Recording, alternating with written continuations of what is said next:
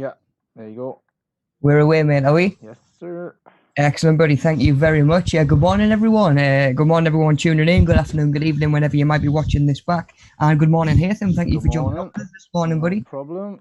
How are we doing? Very good, very good. Yeah? It's a Wednesday already. Hump day? The Euros is in full flow, so you're getting in late because you've been watching the football probably. Yeah, it's nice to have something to break it up a little bit, isn't it? After pretty much this time last year, we were like no sports at all. At least it's every sport on the planet is all happening all together. Exactly. Yeah, Is there an Olympics this year? Maybe is it this year? There's meant to be, and the talks were, the last I heard, it's only Japanese tourists going to be, or only Japanese spectators going to be allowed. Fair enough, not really. I mean, yeah, when you think about it, that's probably like the least of the precautions that could be put in place, depending on. I'm not entirely sure what the state of vaccination is in countries other than our own. I know Japan's had a pretty strict quarantine procedure, as far as I know. Yeah. But yeah, I'm pretty ignorant. Outside of Europe, there seems to be a Europe bubble at the minute, and every now and then someone mentions America. But yeah, definitely. I think as long as they get the games are going on and they can, as long as there's some fans in the stand, I think it won't be like a total disaster for them. Yeah, you'd like to think so. Yeah, definitely. And I love the Olympics. It's literally celebrating what the human body's capable of, isn't it? It's so there's an event for everyone to watch. You might not like football, so the Euros might be a bit dead to you. But if you watch the Olympics, there's bound to be something like the shooting and archery and equestrian and there is football. I don't know if they're doing the football list this year, but there is football and tennis, and it's pretty much every sport on the planet is there. There's wrestling and taekwondo and if you like it, it's there normally for the Olympics, which is pretty good. That's it. There's going to be something, There's always something. I mean, do you have a favorite one to watch or not? Do you have I quite like the more traditional track and field to watch. Yes. The heptathlon and that is quite it's quite good to watch. But to be honest, if it's on, I'll watch it. I'll give it a chance. I find the shooting and stuff it's different, so it's entertaining. Yeah. I've never watched it ever, and I never will outside of the Olympics. I'll never sit down and be like, there's Jimmy McGee with his rifle. Here he comes, ready to shoot the targets. Clay pigeon legend. Yeah, here he comes. Yeah, of course. But like you say, there's something for everybody. I think I like some of obviously the team sports that they do. Of course, the basketball is going to be there, but I like the track and field sort of stuff the same as you. I like watching particularly the long distance runners, how they'll pace themselves and how you can sometimes exactly and how you can clearly see the difference in their frame and their build to somebody who's doing a sprint. You can see that those guys are built for power. I mean, if you look at the 100-meter sprinters, they all look like a lot of them are built like Anthony Joshua. Do you know what I mean? From the waist up, it's crazy. Whereas, of course, if you were carrying that much mass over 1,500 meters or however long, of course, it's going to start to wear on you and really start to tire you out. I think you might, if you try to go at that pace, you might actually die. If you try to go at the marathon runner's pace and you were Usain Bolt level of muscle, I think you'd probably drop dead. You would, absolutely, yeah, and that is, of course, where we're always talking about our different components of fitness and stuff like that. And when it comes to the power and some of the explosive stuff, you're talking shot put. Shot put's I don't know how they have any idea where it's going to go. Do you know what I mean? Yeah. It's spin yourself into the ground and let go and hope for the best. The hammer as well, a little bit like that, isn't it? Where just a big spin and then you. I've tried it before and it's all the coordination's just not there. You just reel it straight into the side of the cage. Hit definitely. That chain fence every time. Yeah, 100%, mate. But that's why we're watching the Olympics and we're not in the Olympics, isn't it? That's it. There's a reason. That's one of the reasons. There's also many other reasons that I'm not in the Olympics, but that's one of them. Yeah. We'll just say it's the other thing, mate. We'll say it's the other thing. Other than that, we're totally capable. Yeah, we're totally capable. Maybe. It's all in the mind or something. I don't know. Class, mate, class. Right, guys, so today we're going to be diving in and looking at actually some of the fitness kit that we can use either at home You know, if you're at a point where you're still not 100% sure about going back to the gym, you know, maybe the gym is just not for you outright, you know, or maybe you're not at a position for any reason other than COVID that you don't want to go to the gym, you know. If it's something that you obviously want to talk about, sort of maybe sort of just hash it out a little bit and just sort of get a different perspective on it, by all means drop me a message. But what we are going to be talking about, like I say, is kit that we can use either in the gym or a fitness space, or you might get it thrown at you in a fitness class if you turn up to a different fitness class to try. Because of course, when we're going to classes and stuff like that, we've got a lot less, or I think we've got a lot less worry about, are we doing the right thing? Are we doing it wrong? Because you're kind of being told what to do the whole time, you know. So if sort of knowing what to do is sort of holding you back, or you're feeling like it's holding you back, you can go and try different classes and not need to worry quite so much, because of course an instructor is going to keep you right, you know. So yeah, you might be sort of, we're coming out of lockdown's easing, restrictions are lifting and stuff like that. You might be looking at some of the different classes that are available sort of near you in your sort of local area, and you might be thinking, oh, do you know what, if I go along to one of these, I might get asked to use like a kettlebell or something. I've never used one in my life. I don't know where to even start with one. So you might come across them in sort of different classes, different activities that you could do. You'd probably, if you did sign up for a gym, you'd probably come across them in that way as well. You know, if you've ever if you've had a gym membership, you know that they might have like a rack over the one side that's got the kettlebells on, and then down the far end might be all the dumbbells and stuff like that. You're pretty much going to learn pretty quickly where to find them. I'm guessing the gym that you're in at the minute, Haytham's probably got stuff like that sort of scattered about, as it, you know, sort of stuff like kettlebells and obviously dumbbells, barbells, all sort of scattered around the place. Yeah, it's like they've split it up quite well. They've got like a strength and conditioning space upstairs where it's a bit more like you can drag stuff out in the middle of the floor, and it's got like the big like monkey bars. A bit more like a functional sort of space. Like all the a bit like daft attachments and weird like shapes on it. Yeah. Then downstairs it's just like your traditional. They've got like the bench press with the Olympic barbell on it that you can't really move anywhere else because there's no space, and then the big rack of just weights.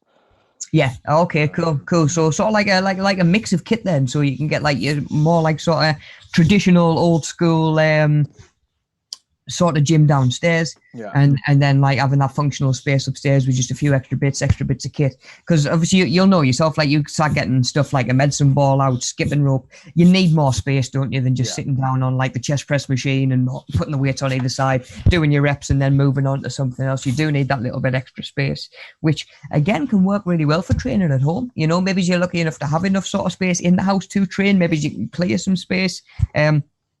Of course, if you've seen any of the videos on the media downstairs that we sort of uploaded last year, you'll notice that my living room is just all like hied over to one side just to give us some space to do it in, you know. And even if you do it sort of once a week, and then on top of that, you're getting your walking in, you might be doing a little bit of stretching, whatever it might be. You don't need to be thinking to yourself, or right now, you don't need to be panicking about, okay, I need to get back to a gym. That's not necessarily the case. What you might be thinking is, I need to get back on top of my fitness, which doesn't necessarily mean you've got to find your way into a gym or sign up for a gym membership. It's something that we've mentioned before.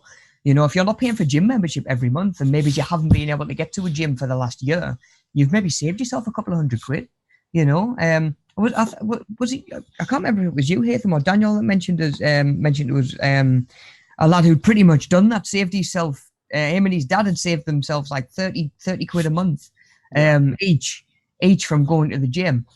So through lockdown, they've just invested in bits of kit here and there, and now they've got a gym in the house that they're not paying for every single month. You know, that's not feasible for everybody. Of course, you need the space to obviously store your kit and stuff like that. But training at home, if it's worked for the last year, it's got to be an option going forward as well. You know, there's no real need to be stressing yourself about, oh, I've got to get back to the gym. I don't really like going to the gym. I don't feel like I'm at a position where I'm comfortable going at the minute. You know, so fitness kit that you're either going to come across that you might use at home, or when you do make those steps and get back into a fitness environment, you're going to come across them there as well. So of course it is handy to just have a bit of an idea what you're doing. Of course, if you're feeling confident using bits of kit as well, you can mix up your training. You know, Hayden, do you ever find that when you're doing the same routine, and I know that you kind of don't strictly follow the same routine week on week partly for this reason. Yeah. But it can get a little bit monotonous, kind of a little bit repetitive, a little bit boring. The only thing that there is to make it varied really is trying to up the weight. And of course, we've talked before about upping the weight every week, and just trying to lift heavier isn't always the best way to go about chasing your goals as well. To be honest, I change it up quite often because of time. A lot of the time, like, it's just I haven't got the time to do what. Like, some days I have an hour or an hour and a half to spend, and some days I have 45 minutes. Of course, yeah. So I've got 45 minutes. I'm not gonna sit and do like as heavy as I can with as much rest in between as I can, because I can't. I haven't got time. Exactly, buddy. Yeah. I'll change it up. You might use a different machine. I might just do all drop sets. I might just do like 3 sets of 10. I might just on as much as I can until I have to go, sort of thing. Yeah, definitely. I'm not as like strict as I got into training in the sort of mindset of like, you'll have to do your splits. So on a Monday it's chest and triceps, and on a Tuesday it's back and biceps, and then on Wednesday it's shoulders and legs, and then you have a rest, and then you repeat. And I did that for about 2 years, and I got really bored of it, and I wasn't really getting anywhere anymore. So I sort of changed it up a little bit. Exactly, buddy. I've been through exactly the same process. I actually ended up getting to the point where, again, factoring time in, I'd sort of between sessions or at the end of the sessions for the day, stuff like that, just sort of go out onto the gym floor and then have a think, okay, what am I feeling today? Obviously I'd have an idea of what I was going to train, and then I would decide, right, how much time have I got? How do I need to put this session together? Am I doing 4 exercises all in a row with no rest? You know, like you say, are we doing supersets, drop sets, all of that sort of thing as well, and some of them different sort of training protocols that we can use. But I also found that being able to just change it up for different bits of kit could be quite helpful and mix it up. It's like, right, instead of doing a deadlift with just like your barbell this week, I would get like 2 kettlebells as heavy as I could, or weight plates or dumbbells or whatever it might be, just to change up the load on the body. Sometimes it's just the angle, like exactly, yeah. Like, you work up to, say, pull-ups, for example. You work up, even if you do assisted, even if you get on the assisted pull-up machine, instead of grabbing the flat grip, grab the one on the side, and honestly, like, you've got no idea how much it just, like, it gets away from you. Going from a standard grip to a wide, like, angle grip, it's just a totally different exercise. Yeah, it's just them little tweaks, isn't it? And of course, you're hitting different angles, different muscle fibers are engaged. So then, of course, you're stimulating different parts of the muscle to sort of work and develop. Yeah. But even on the treadmill, if you increase the gradient by 2%, it's creeped up to that, and you're walking up a hill. Then you're running up a hill, and like your first 30 seconds, you're like, it's easy, this, man. And then about 2 minutes in, you're like, this is not the one. Yeah, definitely. And I always found that them little tweaks, those little ways of changing things around, kept me engaged and focused to the point where it's easier to be consistent, rather than like, I'm going to go and do like the same leg session again tonight. Like, and then you find a reason not to do it, don't you? You know, it's like, this has come up, I've got this to do, or I've got loads of work to sort out, or whatever. Or you do it, and you just feel like, well, that was a waste of time. Yeah. Or you drag yourself there and sort of go through the motions. Yeah. So that was where I'd have an idea what exercises I would do, and I'd get in the gym, see what kit was there, what kit was free as well. You know, I would that as well. Like, sometimes be, again, you're on a timer, or you're thinking to yourself, I've got half an hour to get whatever I've got to get in. I can't wait 15 minutes for him to be finished on the leg press. Like, I'm going to have to do something else instead. You know, sometimes you can like make it almost like a straight swap for swap and just put like a squat in there instead of a leg press. Other times you've got to mix it up a little bit more and say, right, okay, I'll use this space and get some lunges in, you know, and sometimes you do have to adjust on the fly, and you find that the more kit you're familiar with and confident with, of course, the more flexibility you're going to have in your training. And again, that's either at home or in the gym, wherever you find yourself. Yeah. So what we've actually got on screen there is a little word jumble that we've got. So those are all, we've got 10 popular pieces of fitness kit. Some of them you might have come across before. Some of them might be new to you, and we'll find out as we work our way through.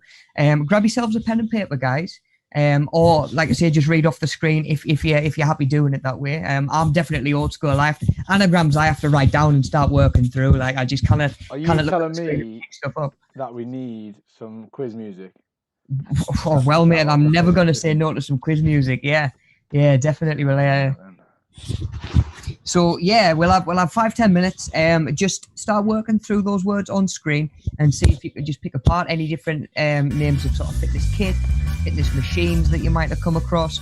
And of course, if you've not got a great deal of sort of training history, especially with different bits of kit, have a think about even just some of the of course we all see like fitness videos and stuff like that, you know. We all enjoy a good fail video. Who doesn't enjoy a good fails video? You know, you see some of this kit getting used as well, usually an example of how to use it the wrong way, you know. So it might be stuff that you've seen before, even if it's not stuff that you're familiar with the proper name for it as well. So like I say, this might just open things up a little bit. I'm gonna say I did just hear myself there, yeah. It wasn't on the stream anyway, but I was just double checking the audio. Sweet, so I hadn't drowned it out with the music.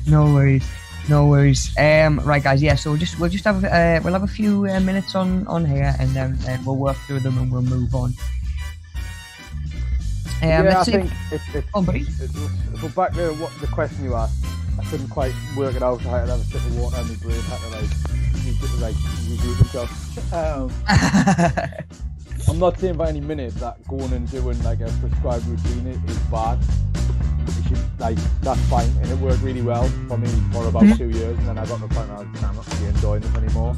Yeah, it can work really well. It's just when you're at a point when you're ready for a change, because no matter what you start with, sooner or later you're going to need to make it that little bit tougher and change it up. So at first though, to build your confidence, especially in the gym, and especially if you're going to be doing free weights, which I think are quite daunting to do for the first time. Yeah. If you've never done them, I think having a really sort of strict program is good, because you get your form down. What you don't want to do is stop looking at all these exercises on YouTube where you're doing like skull crushers or whatever.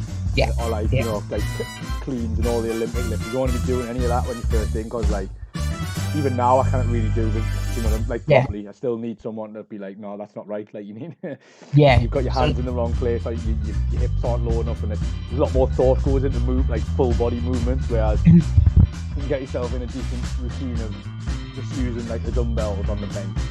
The dumbbells on the bench, you can work with pretty much your entire body. So yeah, definitely. It's a good starting point, and just keep referring into the staff and stuff. Asking questions, or get in touch with Rob and ask him, how do I do this, or what am I doing wrong here, because my back's hurting when I'm doing it, whatever. Yeah, anything like that, yeah, buddy. Yeah, that's a really good point, buddy. You know, when it comes to getting confident doing certain things, there's absolutely no harm in sticking with, like you say, sort of a pretty regimented routine to follow.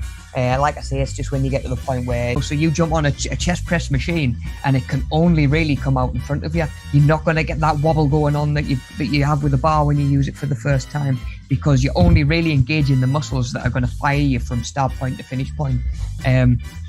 Which, eventually you do want those other muscles working as well.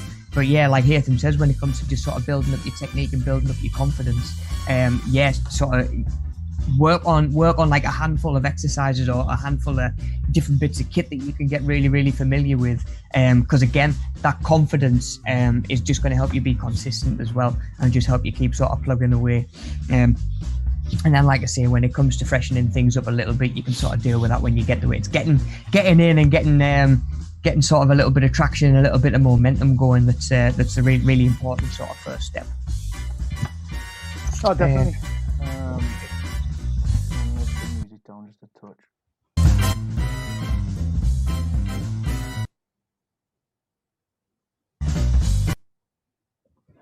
But yeah, I think people will get probably a little bit bored when they first go, but that's natural. Like when you first get you'll get a little bit like, oh god, can't be doing that again. Chest day again. Oh yeah, I can't believe it's legs day again. Yeah. Legs day comes around faster. To say that like you have one legs day a week and one weekend a week. Yeah, do you know what I mean? The legs day comes down a lot faster, doesn't it? Definitely. I used to train my legs on a Friday so they could like hurt over the weekend. Yeah. And I could afford for them to hurt over the weekend. Aye. Pretty much, yeah. It's just all timing with your legs, like. Of course it is, yeah. Of course it is. Yeah, definitely. Right, guys, so let's just start having a little work through some of these that we've got on screen and just have a little bit of a natter just about each one as we go through. Before we start, buddy, more out of curiosity than anything else, if you didn't have obviously like your barbells and your dumbbells and your more sort of traditional sort of free weights, take them to one side. Do you have like a favorite piece of kit? Do you have like a go-to piece of kit that you might use other than that? Pull-up bar. What's that, sorry? Pull-up bar. Oh, of course, yeah. But yeah, if it was, if I don't have access to the gym or dumbbells, I just use the resistance bands. Yes, yeah. That was the one that I was going to circle back to as well. Definitely, but the resistance bands are so handy. Yeah, they're so handy. They're pretty inexpensive. You know, I got a pack of I think 3 or 4 different sort of strength bands for less than a tenner. Yeah, you know, and like I paid 15 quid for mine, and it's got 5 in. All right, okay, cool. I think the combined weight's like 100 kilos worth of resistance. Yes, yeah. Mine have come in really handy again through lockdown. You know, when there's a lot of bodyweight exercises you can do, but there's only so many bodyweight exercises you can do. So it's been nice even for myself to have like a little bit of a change, be able to mix things up a little bit. Pretty much any exercise you can do in a gym with a resistance or with like a bit of resistance kit, like a dumbbell, there'll be a way to simulate with a resistance band as well. You know, so yes, either do you go out and buy yourself like 200 kilograms worth of weights that you've got to store somewhere, or can you be thinking, okay, like for 20 quid I can have myself a resistance band and maybe a light kettlebell, you know, and then all of a sudden training at home seems a lot more realistic, you know, which could potentially open up a lot of opportunities for a lot of people, especially right now who don't feel particularly confident going back to a gym. Okay, guys, so let's just start working through these then. So top left, we'll do the left hand column first, just work our way down. Top left is the old favorite, the treadmill. If you've ever used a treadmill, you know you've got your normally a big green start button. There's normally an even bigger red stop button, and then of course a lot of the ones that you've got these days have even got little emergency stop clips on. So if you sort of come too far back on the conveyor belt away from the console, it sort of automatically pulls it and turns the belt off. Now that can actually help a lot in terms of if you go too far back. If you're going to fall off the treadmill, like you're still going to fall off the treadmill, but you're not going to hit a moving conveyor belt on the way down, which is normally where a lot of the damage actually comes from. Either, you know, sort of friction burns, or you land on it and then it throws you off the back. Like I've seen people get whipped off the back of a treadmill into like a stand with like 100 kilograms worth of weights on, you know, and there's only going to be one winner when you get thrown into one of them, that's for sure. So yeah, when it comes to using the treadmill, we can be a lot more sort of confident as well now. Of course, a lot of them give you the ability to move up either the speed or how sort of inclined the belt is, but it's all gradual, isn't it? You know, it's all little baby steps, it's all little changes, so you can go from running on sort of 5 kilometers an hour to 5.1. You know, it is manageable, you're able to do it, rather than like, imagine if you got on the treadmill and it was like sort of like you can either have 5 miles an hour or 10 miles an hour. You know what I mean? Like sometimes you get the kettlebell and like the 8's a little bit too heavy, but the 6 is a little bit too light. Definitely. So he has a 16, or you can have a 24. It's like, what? It's like, where's the in between? Thanks. Yeah, cheers. Nice little 50% weight increase. Yeah, love it. I'll just double it. I need bother. Yeah. Why not? Why not? That's for sure good. So treadmills are going to be like I say, you can really sort of really gradually increase how hard you're working on them. Really good for a warm-up, really good for a cool down. Of course, we should all be trying to get some form of cardiovascular fitness in there somewhere, be that on like your typical sort of cardio kit like a treadmill, or be that sort of through circuit training and the way that you're putting your resistance stuff together, just bringing that heart rate up, which is of course the main effect of a treadmill, you know. Do you need to be going to the gym and walking on a treadmill for sort of 45, 60 minutes? Probably not, but of course it depends on your goals, it depends on your ability levels. Like I've noticed a lot of people when they join a gym, if they're not particularly confident in using a lot of kit, the treadmill's one bit of kit that they'll tend to sort of gravitate towards, because there's only so wrong you can get it, you know. If as long as the speed's manageable, it's when you start to see, or when I used to see the same people coming in week after week, month after month, and they're still just going to the treadmill. It's like, okay, maybe they're just not confident moving off onto other stuff. Yeah. And like, for lack of a better term, like I would sort of hone in on those individuals and sort of be like, right, why are you training? What's your goals? Can I take you into this sort of quieter, like you say, that sort of functional area, that sort of body weight sort of fitness area where it's a little bit quieter, we're away from sort of other eyes on the gym floor? And can I just show you some stuff that's going to, you know, maybe get you used to a different bit of kit?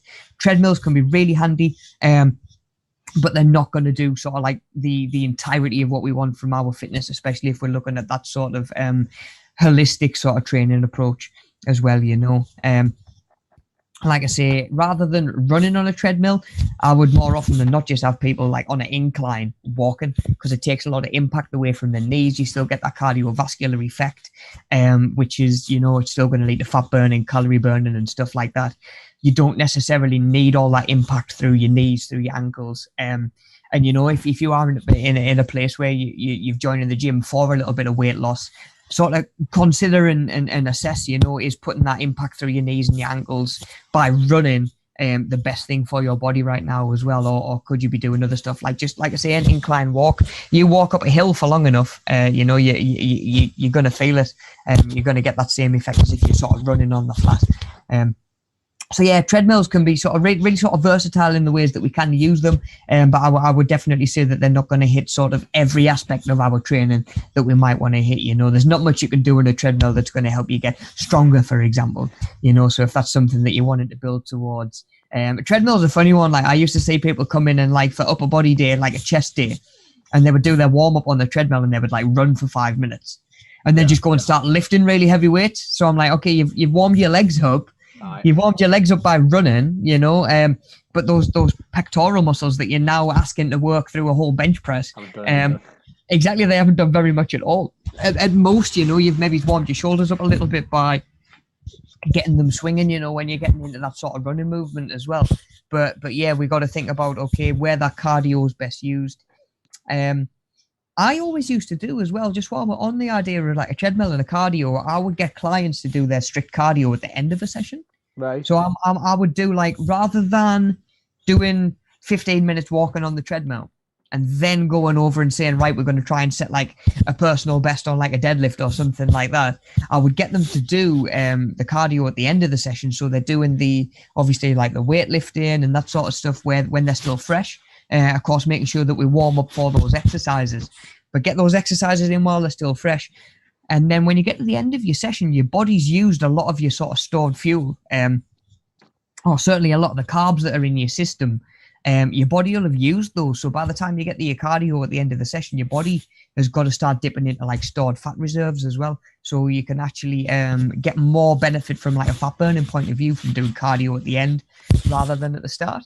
So again, just something to have a little bit of a think about. If that's something that you do, might you be best off suited flipping that on its head, change it up a little bit for yourself? Yeah, definitely. Okay. Yeah, definitely. Okay, second one down, we have dumbbells. Really handy. Haytham mentioned them earlier on. You know, we've got sort of like it's like just a weight in each hand, really. You know, we'll get a look at some of these things as we're working through this morning. Weight in each hand, that works really well for being able to make sure that each side of the body is working independently. You know, rather than, you know, if you're just doing a bench press with one bar, maybe your right arm takes over because that's your stronger side, that sort of thing. That was one of the biggest benefits I always used to love about dumbbells, and used to use them pretty much any chance I got. Third one down, we have got kettlebells.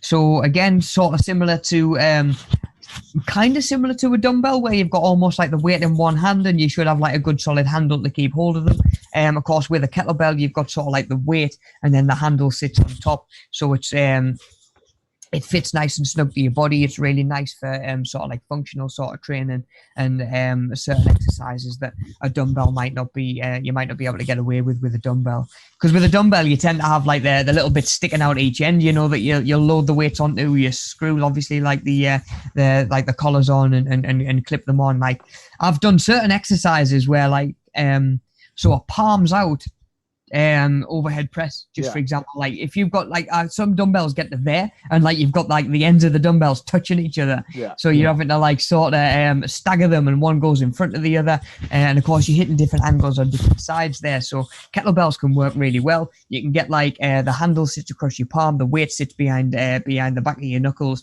and you can press and get obviously a lot more of a range there as well. So sometimes it's just the bit of kit that's going to give you the most range, because again, the more range that you're working through, you're going to be able to stimulate more muscle, and it's going to burn more calories to do it because it's a bigger movement. So sometimes kettlebells can be a good substitute for dumbbells as well. Second from last, we had resistance bands. What me and Haytham mentioned earlier on. Really, really good for sort of training at home. You can hit a lot of different angles. You can hit a lot of different body parts. You can hit a lot of them harder than you expect to be able to as well. You know, if you've done like any just body weight squats with like a resistance band around your knees or something like that, you're going to feel how, so of course the bands are going to be trying to pull your knees in together. So your glutes and the outside of your thighs are going to be working to keep those knees pointing out. And then you've got muscles engaged throughout a squat that you wouldn't have through a normal bodyweight squat, you know. And sometimes you know, that's where you're going to get the old jelly leg, or you know, you might really feel your glutes burning at the end of a set rather than like feeling it more in your quads like you normally would with a squat. Okay, so yeah, but we'll get a look at the resistance bands, and again some of the different types. You know, we've got the loops that you can put around your ankles, or you've just got like the straight bands like the TheraBands, which can be used for different exercises as well. Okay, last one on the left-hand column then is the rower, you know. So in this sense, we're thinking more of like the cardio sort of rower machinery, you know, that's got like the big old fan at one end that blows a load of air at you to simulate that you're blasting along the river. I used to really like them, not only just for sort of your strict cardio, that sort of thing, because it's good for, obviously you're driving with your legs, you're pulling with your upper body. It's a good way of loosening up your back muscles before a back day.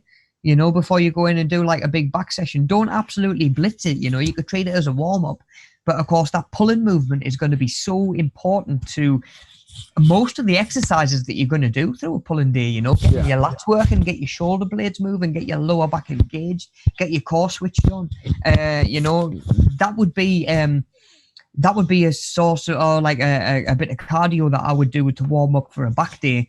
You know, like I sort of mentioned earlier on, rather than coming in and running on the treadmill for 15 minutes and then going and doing a load of pull-ups and thinking that I'm warmed up. Rowers are really good for that. You know, you might have some of them now these days are great. You know, they've got like obviously the little digital display. They'll tell you how far you've gone. They might tell you how many calories ish you've burned. They might tell you what your power output is. You know, I used to do that with clients where I would get them to do sort of like, I might get them to do a deadlift sort of for time, or maybe 15 reps, and then get on the rower and do 15 pulls, but as hard as they can. You know, so you're not going through the motions, you're literally pulling hard as you can. I'm saying to them, like, try and pull the chain out of the machine, you know. Say to them, if you break it, if you break it, you get to go home early. Yeah. That was the way. That was the way that I always used to put it. But yeah, they can be used for quite a lot of different things. Of course, you've got like the seat that's almost on like a runner that's going to go backwards and forwards, because of course as you're moving, your bum's going to come close into the machine, and then you're going to be moving out as you extend in with your legs. I've used them for like you know, it's not obviously what their like main function is. But you can even sort of stand with your feet towards the back of the machine, put your hands on the seat, and then like slowly roll it away from you. Yeah. Really, really good core exercise. You can feel that core kicking in. If you've ever seen it done with like, you know, what you're saying with like a little wheel, you know, like a little wheel with like a handle on each side, and you get down on your knees and roll it out in front of you. Same sort of thing, you know, get that core engaged. And again, it's just using a bit of kit for, you know, thinking outside that box a little bit, and giving yourself a couple of different options. Yeah. Okay, so coming over to the right hand side, first one that we've got is the stepper. Yeah, you know, which the Stairmaster. The Stairmaster. Oh mate, when you look at it, you think it's only like 3 stairs. How can 3 stairs be that bad? But when you kick it in, it's the endless staircase, isn't it? You know, it's like a conveyor belt. We actually did a PT challenge once where we had to do as many flights as we could in 5 minutes. But we were obviously in direct competition with other PTs. Yeah. And mate, honestly, I don't know how none of us came off. Like we were barely touching the stairs. The stairs were going around that quick. But you know what? 5 minutes all three of us that did it were absolutely goosed by the end of it. Yeah, again, it's a more sort of maybe more specific way of warming your legs up before a legs day, that sort of thing. You know, you're definitely going to get your finishing them off, just instantly finishing them off. Exactly, buddy. I used to do. Again, I used to do, if you're familiar with the idea of Tabata training, where you might do 20 seconds on, 10 seconds off for like 4 minutes. Doesn't sound so bad, like 4 minutes, like commercial breaks don't, are about 4 minutes. Do you know what I mean? The longest 4 minutes of your life. It really will. And you think, yeah, like every 20 seconds I get the rest for 10. Brilliant. I used to get them to do those 20 seconds would be flat out on the Stairmaster, go as fast as you can, get as many flights in as you can, rest for 10 seconds, and then go again, And like them 10 seconds, it's not really even chance for you to get a drink. You've got like a couple of deep breaths in you, and then you're on to your next set, which again can be really good for burning up a load of sort of like the carbs that are in your system, and really, really depleting your body, as well as sort of boosting your metabolism or stimulating your metabolism in a way that you're going to keep sort of burning more past the end of your session as well, you know, so you're still going to be working and still burning even while you're on the way home, which is why little classes like MetaFit and stuff like that work so well, because it's a similar sort of process, you know. But a stepper can be particularly brutal, especially when used in the right way. Like I used to open the gym at 6 o'clock in the morning, and by like 2 minutes past, there'd be like both Stairmasters would be in use, and then like these people obviously every morning they'd still be on there after half an hour, and I'm going around the gym hoovering and getting stuff ready. I'm like, how are you still going? Yeah, like honestly, how are you still going? Of course, they've paced themselves a little bit better. They're a little bit more used to their limits. But it's the same as anything, isn't it? The more you do it, the better you're going to get at it, really. But yes, a Stairmaster, again, as long as you don't just get on and blast the speed up as high as you can, it's going to be manageable. I think with a Stairmaster, what a lot of people think is when you press the up button to make it harder, they think that you're making the stairs move faster. Yeah. But you're not necessarily making the stairs move faster. You're just putting less resistance on the stairs against your weight, if that makes any sense at all. Because the stairs drop under your own body weight. Yeah. And all you're controlling is how much the machine slows that down and put the brakes on. So as you make it harder, it just drops how much the machine's helping you out a little bit. Kind of like with an assisted pull-up machine. Of course, you know, you can make the weight a little bit less and a little bit less. So there's always going to be a way, especially on these bits of cardio kit, that you can gradually just make it that little bit tougher for yourself. You know, if you're on level 3, try moving it up to level 4, see how you get on. You know, you don't have to jump straight up to level 10. And potentially, you know, end up in that where you can barely keep up, because I've seen that as well, you know, where like eventually you just find yourself on the floor, you know, you're like feet on the floor. Melted. Yeah, pretty much. So Stairmaster, it can look quite daunting, you know, especially when you're seeing people on there that use them all the time and they're just absolutely flying, and you know the machine's really sort of whirring away. It's the same as anything. Start small and build your way up, and you know you might be finding some better ways to get that cardio fitness in, but you might actually be able to stimulate a bit of muscle as well, you know, because you're going to feel your glutes, you're going to feel your quads, you're going to feel your calves. Whereas if you come in and just run on a treadmill, you know, you're getting the cardio, but you're not getting that muscle stimulation as well, you know. So again, be aware that treadmills really, really good for cardio, but they're not doing a great deal in terms of your resistance training. Some of these other bits of kit you can actually use to sort of, especially like I say, to warm up before some resistance training or burn out particular body parts as well. Next one down on the right hand side is an exercise bike. You know, not exactly the same as a spin bike, but similar enough for this purpose of what we're talking about. Is a bike that you're going to get on that, you know, it doesn't go anywhere. You know, it's not going to go anywhere. You can't fall off. You know, if you're like I am and you haven't been on a push bike since you were a kid, you don't have to worry about any of that. You can even get, if you've ever seen them, they're called recumbent bikes. Recumbent bikes. Yeah, you're almost sitting. You're almost like sitting back, like with your feet up. You know, where you're pedaling, where your legs are out in front of you rather than sort of directly underneath you. A lot better for your knees if you're struggling with like knee pain. A lot better for your back if you're struggling with back pain. But you're a lot further back, aren't you? Yeah, you really are. And of course, you can obviously adjust where the seat is, but it's just the position that you're in, the position that your body's in. You don't need to get over the handlebars.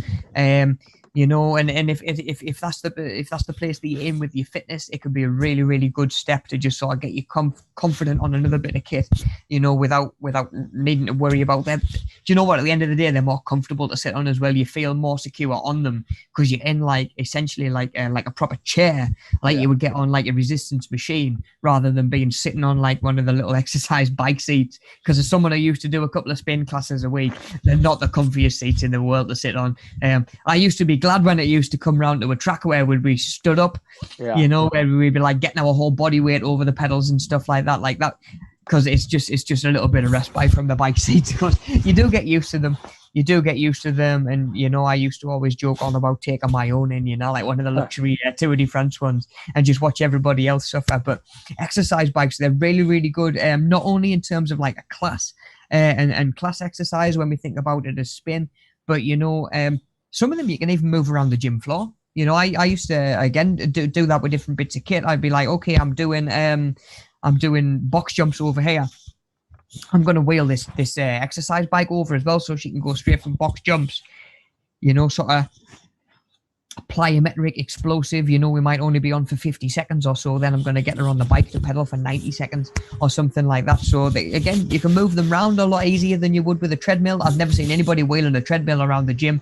They tend to stay wherever you put them. Exercise bikes, again, really, really good for your legs, good for your thighs, calves, glutes, and as much as anything, again, that cardiovascular effect, because you can choose how hard you've got to work against the pedals. If you've been on a spin bike, you've got the little dial that you can turn, which makes it harder to pedal. And of course, if you've been on a proper resistance bike, you've normally got like the arrows like you would have on a cross trainer or like on a treadmill to just make it up, down, up, down. Exactly, buddy. Exactly. And again, little increments to make it harder in manageable ways, rather than like 1 minute you're like pedaling along no resistance and the next one you're like cycling through treacle. All of these bits of kit, especially the cardio ones, have got really, really small manageable ways to get used to them, that you can't really get wrong, really, as long as, like I say, you just be aware of your limits when you start off, and like I say, just gradually work your way up, rather than chucking yourself at the deep end, fly off the back of the treadmill, and all of a sudden you don't want to go back to the gym again. Understandably so as well. Definitely, but yeah, these exercise bikes I used to quite like, especially because I used to like teaching me spin, and it's something different, isn't it? It's something different because, like I say, I've never been on a push bike certainly since I left school. So it's just a little bit of something different. Okay, third one down on the right hand side, we have got our barbell. It's a staple in the gym. Stereotypical gym equipment. It is. It's a long piece of metal where you hide as much weight as you can on either end normally. So with a barbell, of course, you're going to be able to get, one of the benefits of barbells is that you can get so much more weight on. Do you know what I mean? You can get so much more weight either side. You try and get like 100 kilograms on a dumbbell, you're going to have a really, really hard time, especially then being able to do what you need to with a dumbbell without the plates themselves getting in the way. Do you know what I mean? I've never seen a 20 kilogram plate in my life that I'd be happy putting on a barbell, on a dumbbell, Yeah, definitely. You'd be at risk of knocking yourself out if you were doing even just like a standing bicep curl or something. So with a barbell, of course, we've got certain pros, and then of course we've got the fact that I mentioned earlier on. If you're working and say again, use the overhead press as an example, you've got like just one bar, you're trying to push it, your weaker side starts to struggle, your stronger arm might take over, and you might not even realize that that's happening. So to get that good sort of balance training, we need to get some dumbbell training in there as well, and making sure that each side is working by itself. Medicine balls that we've got, pretty much what it sounds like. It's a ball. It's sort of football, basketball sort of shape. Sort of size, of course, and they're going to have the weights on the side. I might say 6 kilograms, 8 kilograms, 10 kilograms. They tend to go up in increments of 1 or 2 as well. So a medicine balls, depending on what your gym has invested in and what kit they've got, you might be able to slowly work your way up. but again, just thinking about what exercises you're doing. Really, really good functional bits of kit, and they actually get their name from a physician that started using exercise and these balls in particular as ways to address and to treat sort of depression and mental health issues and stuff like that. And the name just stuck. And at the end of the day, that they worked. You know, it's no secret these days that exercise is a really good antidepressant. Once upon a time, you know, we weren't sort of privy to that information as well. So really, really big breakthrough. And just a little fun fact there why we actually call them medicine balls in the first place. Because I never had any idea myself. That's how like I say, that's one I learned off Mel. That one. I was just saying Gary's in the chat this morning. How's the arm off the 5G tracker? Yeah, I've got my microchip in. Yeah, you know, I've been out and invested in everything Microsoft, you know. And no, so yeah, that's it, you know. So yeah, did you know what? It's been a little bit sore, feels a little bit heavy, but I think you get Windows 11 first with your microchip. Yeah, definitely. So I'm first in line for that as well. So yeah, all good, buddy. Yeah, touch wood. Up to this point, the worst thing's been a sore arm, and you know it's a damn sight better than the alternative. You know, so glad to have the first one done. Right. Got me date for me second one as well. So yeah, we're getting there, guys. We're getting there, aren't we? Everyone's a step in the right direction, so they say. Okay, guys, let's finish these up then and get moved on. So the last one is a Swiss ball. If you've ever seen it, almost like a big, more like a beach ball sort of size. You see them sort of like in fitness classes, even sometimes used in stuff like Pilates, yoga, a lot of sort of body weight classes. So they're not made out of chocolate, no. No, unfortunately not. No, unfortunately not. Although you might get a few more people turning up to the classes if they were, you know. But really, really good. They're a good prop that don't weigh very much, that just give you a little bit of extra something to think about. So what I might get people to do when I was working with like pairs and clients and couples and stuff like that, I'd get them to lie down on the floor nice and straight so their fingers were touching. And then one of them would have the ball between their legs. They would have the ball, they'd grip it, they'd bring it up and pass it to their hands, they'd pass it over to the person behind them, they would take the ball, bring it down to the floor, and then the whole sort of thing would repeat. So you're doing one rep with the ball and one rep without, so the weight is changing each time. So you're actually thinking about how much those muscles are engaging, how much they need to fire, and of course adjusting to the weight when it comes back to you as well. So again, Swiss balls, really, really sort of cost effective as well. You know, you could probably get one for in the house, $5, $10, you know, depending where you get them from. You're going to get different sizes depending on what you're planning on doing with them. What I used to really like using them for was like sit-ups and crunches, because as you come back, where your back would normally flatten out and hit the floor, you can actually get more of a natural sort of stretch as you come back over the Swiss ball and get that stretch on your abs as well. You know, so rather than just coming back to shoulders on the floor, you're coming out a little bit further as well. More of a stretch, bigger range, and of course it's a bit nicer on your back as well because it's soft and your body can almost like sort of sink into them as well, and you can really focus on getting that squeeze. If you've ever done like crunches, sit-ups and stuff like that, and you find that your lower back and your tailbone hurts where you're sort of resting on the floor, something like that could be a really, really good way of working around that and just giving yourself a better foundation, while at the same time, because the ball tries to move, you're actually giving yourself more balancing to do as well, you know, so you can actually engage your core even more that way as well. So Swiss balls, really, really good. You can deflate them, you can pop them in the cupboard, you can leave them of course inflated if you wanted to at home, but if storage is a sort of thing that you're thinking about, of course you could just let it down every time.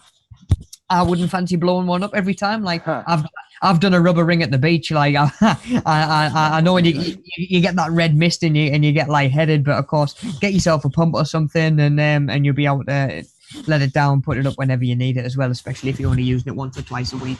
Who wants to be tripping over one of them every time as well? And if you're like me, you're gonna have a hard time resisting walking past and just hoofing it and just kicking it as hard as you can. Bouncing it, constantly bouncing like a basketball. Torture on the gym floor. I'm like, okay, I'll put this back. Or when it like rolls out in front of you, and like, you just want to kick it or launch it or something. Yeah, played too much football in my days, mate. But It's the same as like when you drop something and you just have to kick it before and it's the floor. It's exactly the same. Yeah. Just careful you don't kick one of the medicine balls by mistake, because don't do it. you leave Don't with do a it. broken foot, I think. Yeah. I've seen it done. Not a good idea. I've seen someone try and do keepy uppies with one once. I don't know why. I don't know why. Not the best idea. Not the best idea. That's pain, that one. Like, that's pain. Yeah. They took a bit of break off training after that one. Yeah. Okay, guys. So, like we just talked about, we've got a lot of different equipment available to us in our search for our health and fitness, and of course, chasing down our own individual goals. So they're all tools that we can use to pursue our goals. That can be a little bit confusing to know what to use, how to use it properly, when is the best time to use each different bit of kit. Certain situations and goals can call for different equipment, helping us get the most out of our exercise and time as well. Because, like I mentioned quite often, I'm always going on about, time is one of the biggest barriers to exercise that I've come across in my time in health and fitness. I've got other responsibilities, work's too busy, I've got to look after the kids. By the time I'm done cooking tea, I'm just too tired, I've run out of time, I'm going to be training like 8-9 o'clock at night. So finding ways to cut down your training time can not only save you time on the days that you go to the gym and need to train and need to be exercising, but when you start to really focus and target your training a little bit better, you can actually start to save yourself like maybe a couple of days in the week that you don't need to train at all. No worries, buddy. Like who doesn't love a rest day? Especially when it's part of the program and it's going to be working for you and it's going to be like I say, it's going to be helping you towards your goals as well. So knowing what bit of kit to use at the right time, like I say, it can actually help you get to the point where you can go and in 3 days you could do what you might be doing in 5 normally, especially when you're just sort of new to the gym, you've not really sort of structured your training very much. You can actually get the most out of three 45-minute sessions as you could out of 5-hour-long sessions, so your investment's getting you a couple of nights off a week, and that's a couple of nights that you maybe getting from work, cook tea for everybody and then get your feet up. We don't all love training. Some of us do, some of us love going to the gym. For other people, it's a means to an end. It is this idea of, I'm going to exercise I'm not bothered about getting to bench pressing 100 kilograms. I just want to be able to move better. I want to be able to carry me shopping home without getting out of breath, like that sort of thing. Where the reality of it is, some of your gym sessions, some of your exercise, especially at first while you're getting into it and before you really, really get that bug, it might seem like a little bit of a chore. So again, if you can save yourself a little bit of time, make it a little bit more manageable, get what you would normally take 5 days for you to do, if you can get that into 3, you're going to be well on your way to not only sort of targeted training, but being able to be consistent as well, which we are always talking about is the key to results and the progress, really. We've got to make sure we're consistent, and saving ourselves a little bit of time can help us do that.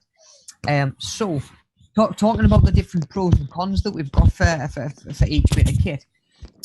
So our cardio equipment, we've sort of bunched all of these together under the same umbrella. So we've got our treadmill, which is one that you probably have come across before. The Stairmaster, or the stepper that me and Hatham mentioned earlier, that's kind of like the never-ending staircase. We've got our rower. That sort of mentioned you can jump on, strap your feet in, then you just grab a hold of the bar, like the handle out in front of you, and you can just sit and pull that into chest. And then this little seat just sort of slides along the runner and lets you do that. Normally, they're going to have, like I say, that setting where you can make the resistance a little bit harder, almost to simulate like you are working against the water resistance, as though you're almost out on the river anyway and pulling. We've got our exercise bike that I'd mentioned earlier on, really, really good alternative for especially getting out and about on your bike if you're either not so confident about your ability to go out on a bike ride and make it all the way back home. Do you know what I mean? And maybe, you're not confident in your ability to get up certain hills, that live near you. I've spoke to certain people recently that would love to get out and about on their bike a little bit more, see further afield than they have done for the last year, but they're worried that, you know, they're going to have to probably get off and push at some point, and they're a little bit confident, they're a little bit self-conscious about, you know, that sort of thing as well. So, you know, maybe you would just be a little bit more confident, just go to the gym, go to this designated exercise space and just jump on and do your pedaling there. You don't need to worry about falling off. You don't need to worry about looking where you're going. You can put a podcast on, you can put some of them have even got screens built in these days where you can jump on and you can watch, obviously, terrestrial telly. Who hasn't got YouTube or Netflix on their phone these days as well, where you can just do something. So again, maybe an exercise bike is a little bit of a better choice for you to just get you engaged in your fitness as well. And then this one that we've got here at the top is you might call it a cross trainer, an elliptical, a Glidex, depending on different sort of styles of these. What would you call them, buddy? Is there something? Cross trainer, yeah, that was the one that I used as well. Yeah, I've heard that. Yeah. So what I used to love about these was they simulate the movement of running, kind of. Yeah, sort of, yes. Sort of, yeah. A very flat-footed run, right.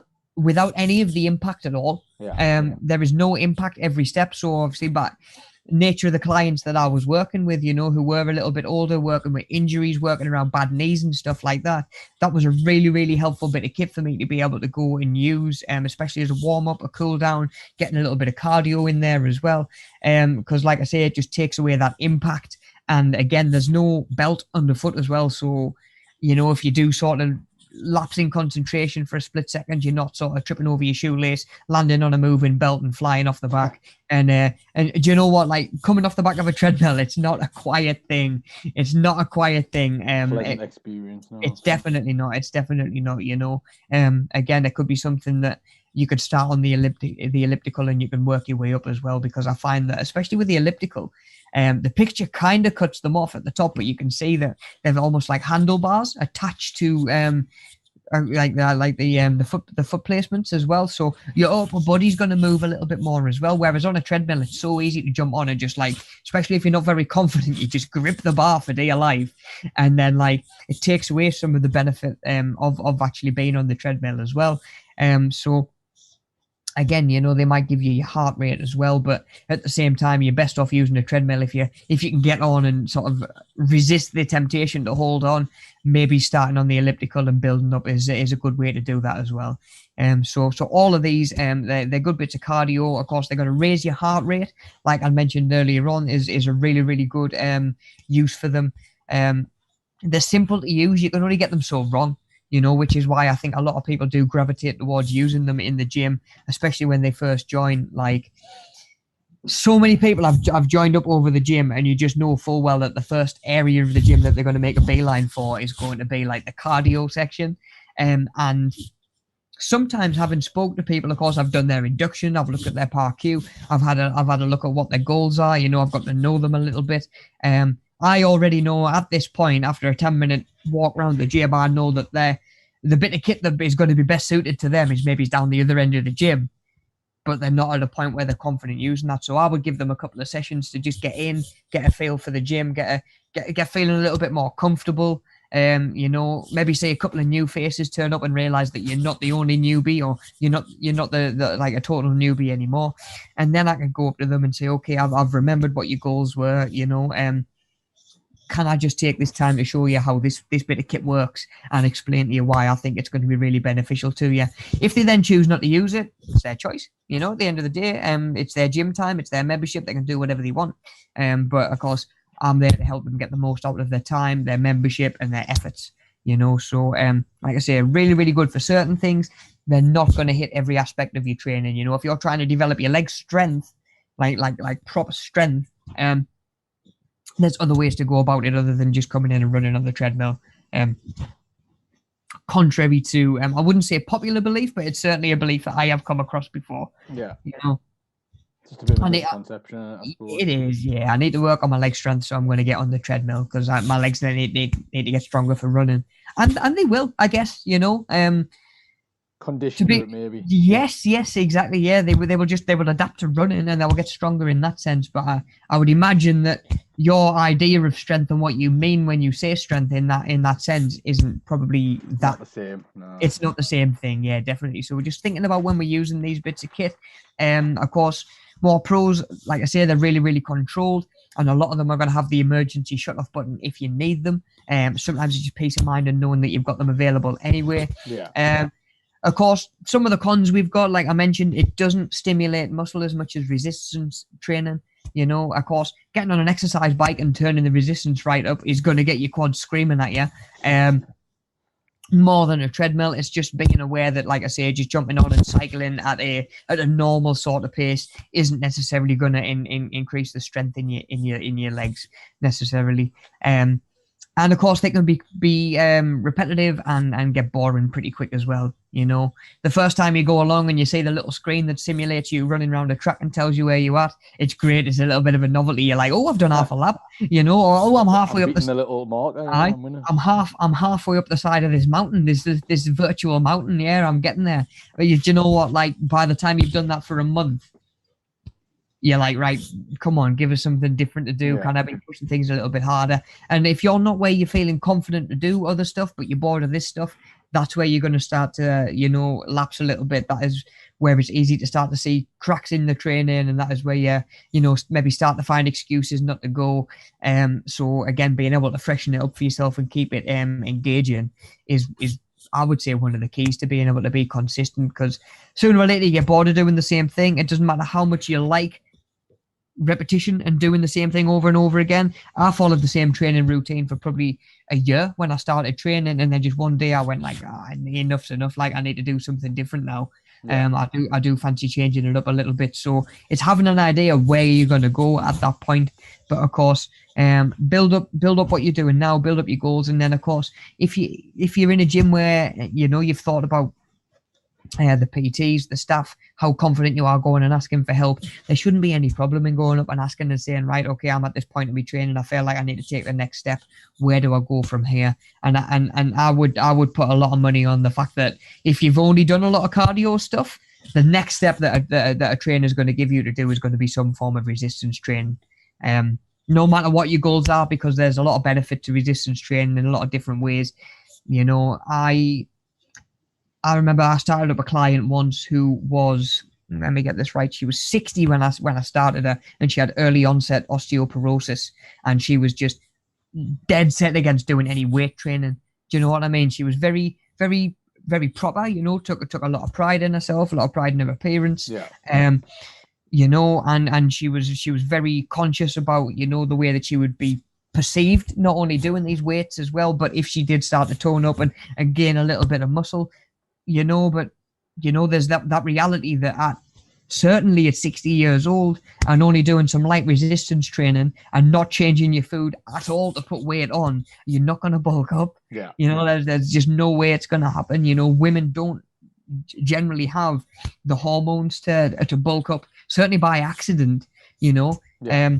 I was lifting weights 5 times a week and trying to bulk up, and it didn't just sort of happen to me. It took me a long time to put like a stone on to get up to the weight that I was that I was aiming for, you know. It doesn't just happen by accident. And like I say, there's a lot of reasons that most people, 9 people out of 10, could benefit from having some resistance training in their week. For sure, you know, even if it is just a session or 2 a week, you know, getting some resistance in there, which is where, you know, these bits of kit can only go so far, and we do need to look at a little bit further. That's what Gary's saying there in the chat. I don't know if you've got the chat open. It's doing that thing where it I've got it open, but it's not refreshing the comments unless I leave and then come back in. So you're saying there's a stigma around weight, like training making you look like Eddie Hall. Exactly. But it's not always the case. That's it. You know, you don't it just doesn't happen by accident, you know. Pretty much everybody that I have met that looks like that and has that build does so on purpose. They've got a diet specific to that. Their training is designed in that way, you know. You couldn't get like that by accident anyway. You couldn't, mate. Definitely not. I essentially lived in a gym for 5-6 years. Like, if it was going to happen by accident, it would happen by accident. You know what I mean? And like, it worked really well to be able to say to people, like, when they were in that mind frame, say to them, like, just look at me, look at my build. You know what I mean? Like, I'm doing me exercise, I'm doing me cardio, I'm doing me resistance. And like I say, and that is with trying to build muscle. I said it's not going to happen to you by accident.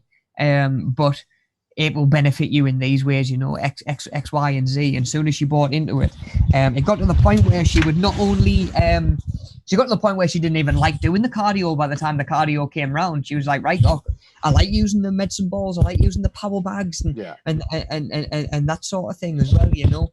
She really, really enjoyed it. And she got to the point where I would see her doing those exercises when she was in the gym by herself as well, you know, which is absolutely awesome to see as a PT, because you know that person's feeling more confident, they're feeling more capable in their own abilities, and they're and they're pushing themselves a little bit more. Maybe it's not necessarily physically, but they're pushing what they're capable of and what they feel confident doing as well, which is, you know, it's a huge thing. Outside of training as well, pushing outside your comfort zone it's a big thing. It's tough, but often rewarding. And then your comfort zone switches as well, doesn't it? So you can start looking at things that when from your start point you'd never have ever done, but you've just slowly but surely done like an incremental sort of shift. You feel better and you can do it. Yeah, it just becomes more and more natural. It's the same as, think about yourself when you started the job that you do for the first day that you went in. Chances are you maybe didn't have a clue what you were doing. You don't know, of course, how that company runs things. You turn up. It's exactly the same with your training. Everybody at some point gets in the gym and doesn't know what they're doing. Yeah. Like, that was me at 15, 16. You know, I went and joined up with one of my mates just for a laugh. And I was one of them lads that would go along. I would do one set on every single machine. Yeah. And then leave and then hit the pie shop on the way home. Do you know what I mean? I mean, granted at 15, 16, you can get away with it, but there was just no understanding there at all of what I was doing. And it's just a learning curve. Like that's literally all it is. It's the same as anything. It's learning a new skill. It's learning a new hobby. It's learning a new vacation. A new vocation. Sorry. Vocation. Yeah, not a new vacation. Yeah, definitely not. So yeah, just be aware that everybody was a beginner at some point, you know, and I think there is more people than you realize that remember that in the gym as well. You know, if people are looking, they're probably not looking in the first place, and they're probably not paying any attention to what you're doing, you know. But at the end of the day, people are going to respect the fact that you're there and trying to make progress. Yeah, changing, because exactly, you know, it's effort. You're making more effort than the person who is in average health but is sat at home on the couch. Do you know what I mean? Yeah. It's that saying, isn't it? It doesn't matter how fast you're going. You're laughing everybody that's on the couch. You know, you're doing something, and that. Do you know what? Within a gym, there's a mutual respect between. I'd say like a good 95% of your members, depending on where you are. Every gym's going to have the odd one or two that's a bit of a nightmare. Every gym's got them. You know, Everywhere's got them. You're not going to get away from that. Exactly. Do you know what? You go to the pub and they're there. They're just not lifting weights. They are everywhere, like you say. They do. You know, and it's just something that we kind of we learn to deal with, because sooner or later you realize that it kind of is you and the rest of the gym, and then them. Do you know what I mean? Because they won't help anybody else out. They won't. Do you know what? They're not going to be stood at the front desk having conversations and, do you know what I mean, giving each other little tips and feedback and stuff like that.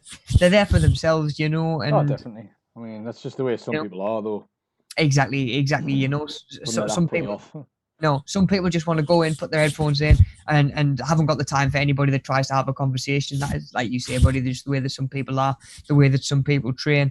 Don't let them get in the way of your goals as well, because you know what, they're chasing theirs. So why should you not be able to go and be working towards yours as well? And of course, if things do get a little bit much, then of course you can take any concerns to a member of staff and mention something that way. But you know, touch wood, I like to think it wouldn't get to that point for you. Okay, so you've got to the point where you're ready to come away from cardio, and you're ready to mix things up a little bit. You've realised that you want a little bit of resistance training in there, but where do you go from there? And this is where I would sort of come back to where what me and Haytham mentioned earlier on, where free weights are going to work really well, but there's a lot of stuff that can go wrong with free weights. You are potentially 100% in control of them, and you need to make sure that you're working through the right range. Are you feeling the muscle where you should be feeling the muscle? Have you got the have you got everything set up properly as well? Whereas have you got the clips on the end of the bar? Are you going to be safe doing chest press and stuff like that? With a machine, like I say, you can't really get it wrong. The machine will only move a certain way.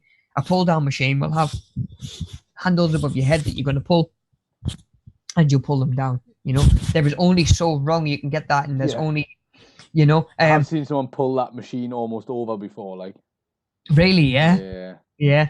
Oh, I mean, you do still get some interesting technique. Like I've seen people like do a pull and then like lean right back as well, so they're almost laid on the bench, and I'm like, are you doing a lat exercise there, or are you doing like, because if you want to just pull it into your chest, you may as well just do like a bent over row or something like that, if you're going to be pulling into your chest. But so it's not foolproof, but there's definitely a lot more guidelines, there's a lot more structure, and there's even probably a picture on the machine that tells you how to do it right. So I don't know how people still get it wrong. They're not bothered. Pretty much that is normally the case. Of course, they're going to tell you what muscle group you're going to be working. So again, if you're at the gym and right, okay, I should be working like my back muscles today, I want to be working my lats, I want to be working my traps, all that sort of thing, you can have a bit of a scan around and look for machines that say, right, you're using those muscles. And then if you're not entirely sure how to use them, go collar a member of staff, and they should be happy enough to come over and show you how that particular machine works. And there you go. You're pretty much on your way. You're getting in the right sort of workout. You're getting good resistance on those muscles. You're going to be forcing those muscle fibers to tear and adapt. And like I say, you're doing it in a much safer way. There's no weights really to drop on your head, because most of the time it's just going to be like a stack of weights, and you'll just use a pin to select however much weight you want. So when you let go of the bar, then weights will just come down and rest on each other. It's not like when you're doing a chest press and you're under the bar. Like if you let go of it, you're going home with cracked ribs. Not to mention if you get down and can't push it up again, and you end up getting sort of trapped under the bar as well. So resistance machines are a really, really good next step for moving away from cardio and onto some resistance without just wanting to go straight onto free weights. I would say that one of the biggest drawbacks in that sense that we've got is that you might be able to do some cardio at home. Of course, there are people out there with exercise bikes. Of course, we can be walking, we can be running up the stairs, all of that sort of stuff. We can get cardio in at home. When it comes to moving on to one in free weights and resistance stuff, it's going to be pretty expensive, and it's going to take up a lot of space if you start going out and trying to invest in individual bits of kit that just do one exercise.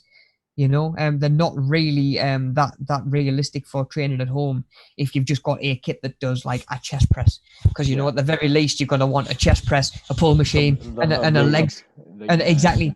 You're talking a couple of grand's worth of kit, not to mention where on earth do you put it as well. These don't just fold up like a little fitness ladder. They won't just go over to one side like a skipping rope will. So if you are wanting to train at home, this is a tough step to sort of breach when going from some of the cardio resistance based stuff up to sort of up to free weights when you're not particularly confident about your form and stuff like that. So that would probably be one of the biggest drawbacks there. Of course, like I say, the pros, you've got much more guidance for use. You're getting some resistance for your muscles to work against, and like I say, your bones, your body, your ligaments, all of that as well. You're going to keep those working, and a lot of the time as well, which gets sort of understated with these machines, you're going to have a bit of back support. You're either going to have your back against a pad, or your chest, well, I think. or your chest against a pad as well. If you're doing like a pulling machine, and either way, that's going to help keep your back flat, give your core a little bit more support. Of course, your core's not going to be as engaged as it would be if you didn't have that pad there. But of course, that's what you're building up to. You build it up to how should your body feel, what position should your body be in to engage your core, so eventually you don't need that pad. When you first use it, chances are, even if you don't need the pad for how much weight you're lifting, It's really good practice to get into, to just, know that your back is flat, know that you're in the right position, know that everything's moving right. And then when you go to do it a little bit heavier with free weights, you can be a little bit more confident in what it is that you're doing. Like I say, resistance for machines to work against, and we're getting that support for your core and for your back. The cons, like I say, they're only going to work muscles through the range that the machine moves. You're going to get some multi gyms. I've seen some that they'll double, or they'll bunch up to be like 4 or 5 different pieces of a kit in one. They might have like the chest fly attachment on the front. They might have a little bit to do pull downs. There might be a cable on the back to do sort of like isolations. Maybe there's a couple of pads that you can get your legs under to do leg extensions, that sort of thing, all on one machine. Like even on one bench sometimes, isn't it? That's what I mean. Yeah, sometimes on one bench, sometimes on one bit of kit. Chances are that's going to cost you a fair whack. If you were trying to just get older one for training at home. But maybe you are at a position where you could think to yourself, okay, I don't need to pay for a gym that's got a big free weights area, because I'm not at the point where I need free weights. Maybe you can find a little studio that's just got a couple of bits of different kit in that's going to cost you a little bit less every month, while helping you get confident on different bits of kit. Or like you say, some people, you might know someone who's got, I don't know, a garage with loads of that stuff in, and they might let you use it. Yeah, definitely.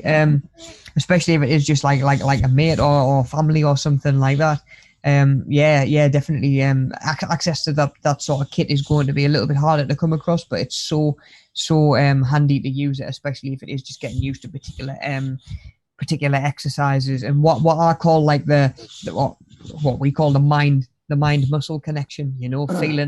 Feeling a particular muscle engage when it's supposed to. You're not just moving the weight from point A to point B. You can feel your chest working, on that bench press exercise. So you know that you're firing from the right muscle and you're engaging the right muscle. One of the biggest drawbacks to these bits of kit, and I'm sure it is something that you'll know well, buddy, is of course that most gyms only have one of each. Yeah. And then it's the old, how many sets of these have you got left? How long have you got left? Have you got long left on you, mate? Yeah, excuse me. And then I'm just going to stand awkwardly and wait for you to do all 3 of your sets that you've just told us that you've got. Just watch you. But from across the gym as well, like. Oh, I'm just going to hover. Yeah. I'll always watching. Yeah, I'll always be watching. It's essentially saying I'm not going to take my eyes off you until you leave this bit of kit, isn't it? That's a day when you just put your headphones in and you just do your sets in your own time. That because I'm not a fan of that. I don't mind when people say, "Oh, can you give me a shout?" And I will. Like I'll come find them after, and that's fine. I don't mind doing that. When someone literally just sits there, like it really annoys us. Yeah, I would rather say to somebody, well, while I'm resting, you jump on and do yours. Yeah. You know what I mean? Jump in with me, do whatever you want. As long as the machine takes like the same sort of setup, he can jump on, change whatever weights he wants. Then he can do his while I'm resting anyway. That was the way. But of course, as a PT, I didn't want to be on kit that members wanted to be using as well. Really. Yeah. So I'd be like, right, I would jump in with me. I'll give you a bit of a spot through your set, whatever. But of course, that was partially why I was there in the gym in the first place. For someone who's just a member, just turn up, want to put your headphones in and crack on. Yeah. I imagine that could get a little bit annoying. What did used to get to me was when I was with a client, and someone would come up and say, "How many sets have you got left?" So it didn't bother me that much if someone was watching, because I know that people were always watching anyway to see what I was doing, what exercises I was doing, what's my form like. For someone who is enlisting the help of a PT, but potentially because they're not very confident, the last thing that they want is to feel like this person's now watching whatever it is. Over them. Exactly. It puts them under so much more pressure. So I would of course, again, I would say to people, look, we've got a couple of sets left.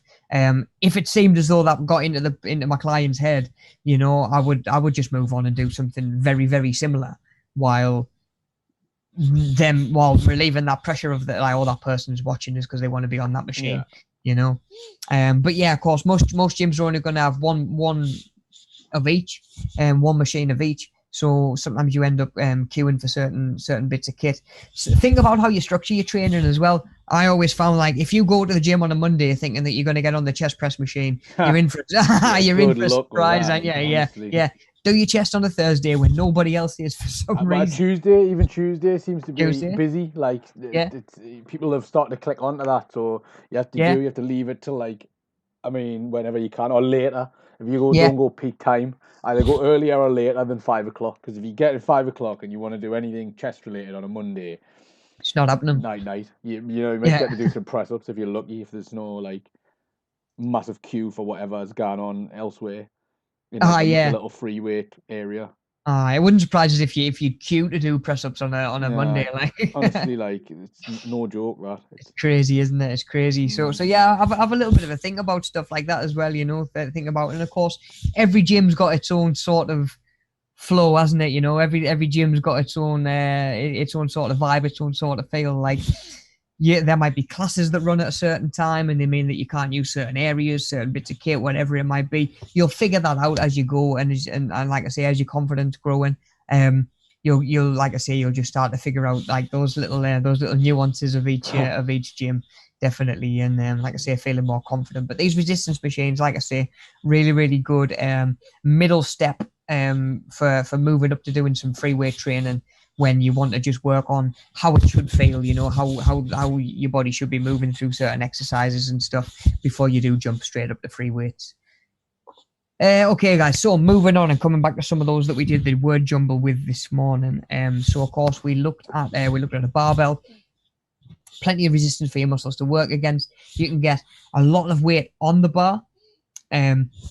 Like I say, you can get like a lot more weight on a barbell than you could on 2 dumbbells, you know, and still be able to use them and be able to use them well. Small weight increments still. So although that you've got the 20 kilogram plates that you can just chuck on, you've got always down to what I used to call the polo mints, which were like the 1.25s, or the 0.5 kilograms, which even just adding one of those and just upping the resistance a little bit more, it makes it, of course, a little bit more challenging, but it keeps it manageable, I think, both physically and psychologically.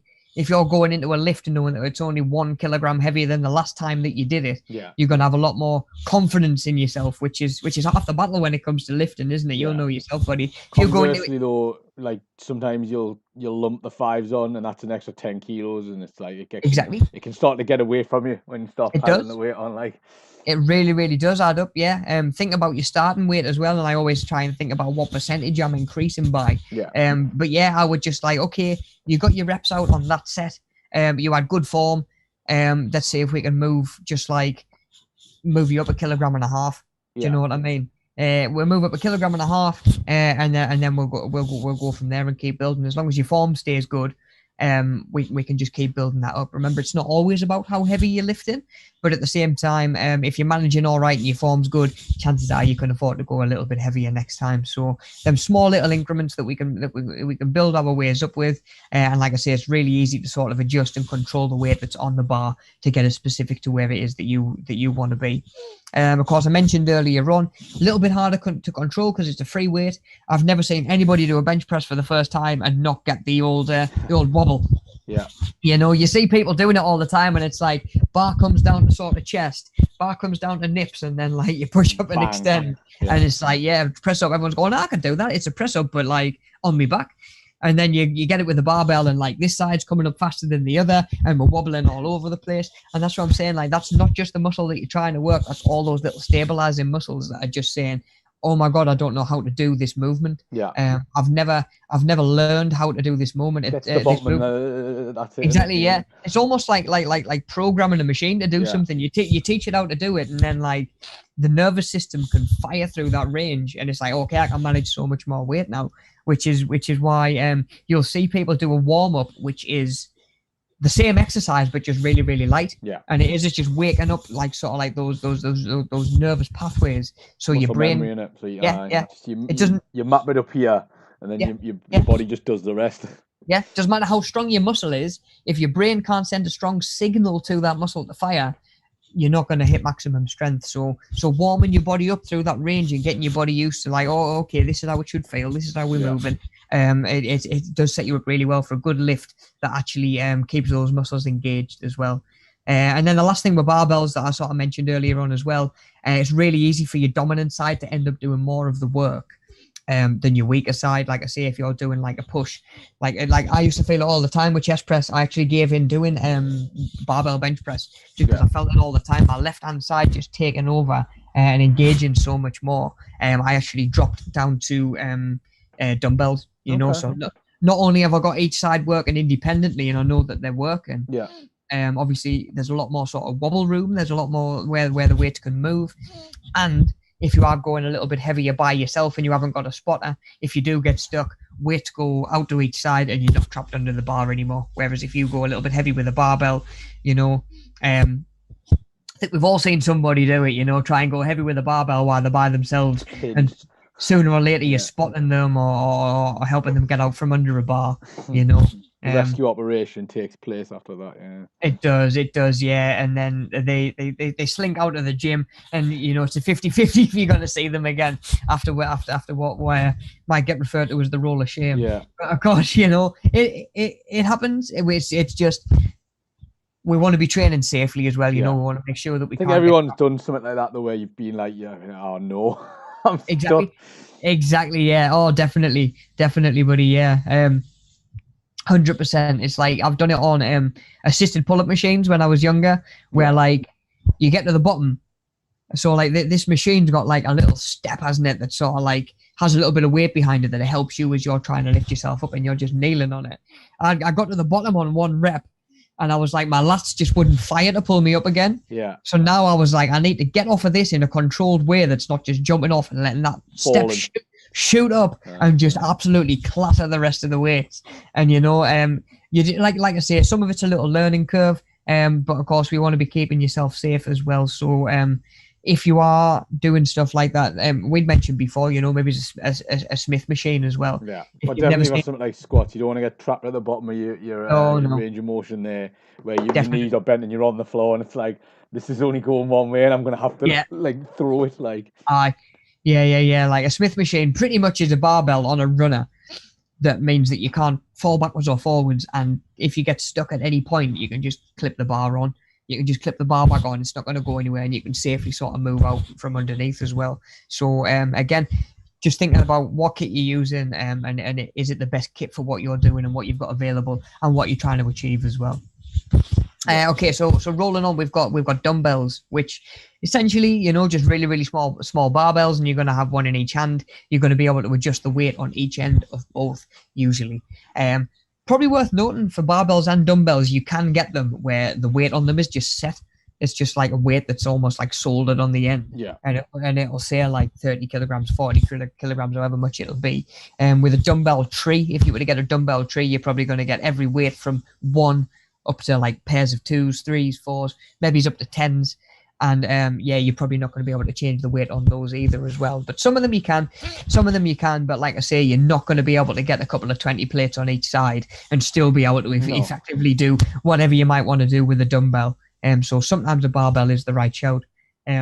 So again, providing resistance for your muscles to work against, really important for a lot of reasons that we've talked about. Again, you can adjust and control the weight that's on the bar. And of course, with these, your limbs are working independently and equally as well. You've got a dumbbell, a dumbbell in each hand, and you do an overhead press with 30 kilogram on each. You know that each shoulder is pressed 30 kilograms. You know full well that your left-hand side hasn't taken over because it's a little bit stronger. Man, I wish I'd thought of some different exercises to demonstrate the week. I've had my jab, like. I was going to say the shoulder movement. You want to be doing like you want some bicep curls in there. I was going to say, minimal. Want to get some squats in or something, guys. You getting forced into another legs day. Yeah. Okay, so of course, when it comes to our cons for our dumbbell, of course, it's harder to control individual limbs. I find that, of course, when you've got a barbell, although each side's going to work independently, it's a little bit easier to think about what both are doing and get them both to the right place in the end. Whereas like with a dumbbell, you might have like one side's pushing up quite well, the other side's flying off out to the side. You know, one side might need more control and stabilizing than others. So it's harder to control individual limbs. It's just a little bit more to think about, isn't it? There's a little bit more going on. You've got more movement that you need to be focusing on and sort of controlling as well. And of course, like we just mentioned, a dumbbell won't hold probably half as much weight as a barbell would as well. So thinking about what we're using, do we need more weight? Do we need a little bit more control? Or do we need sort of each side working by itself and working independently?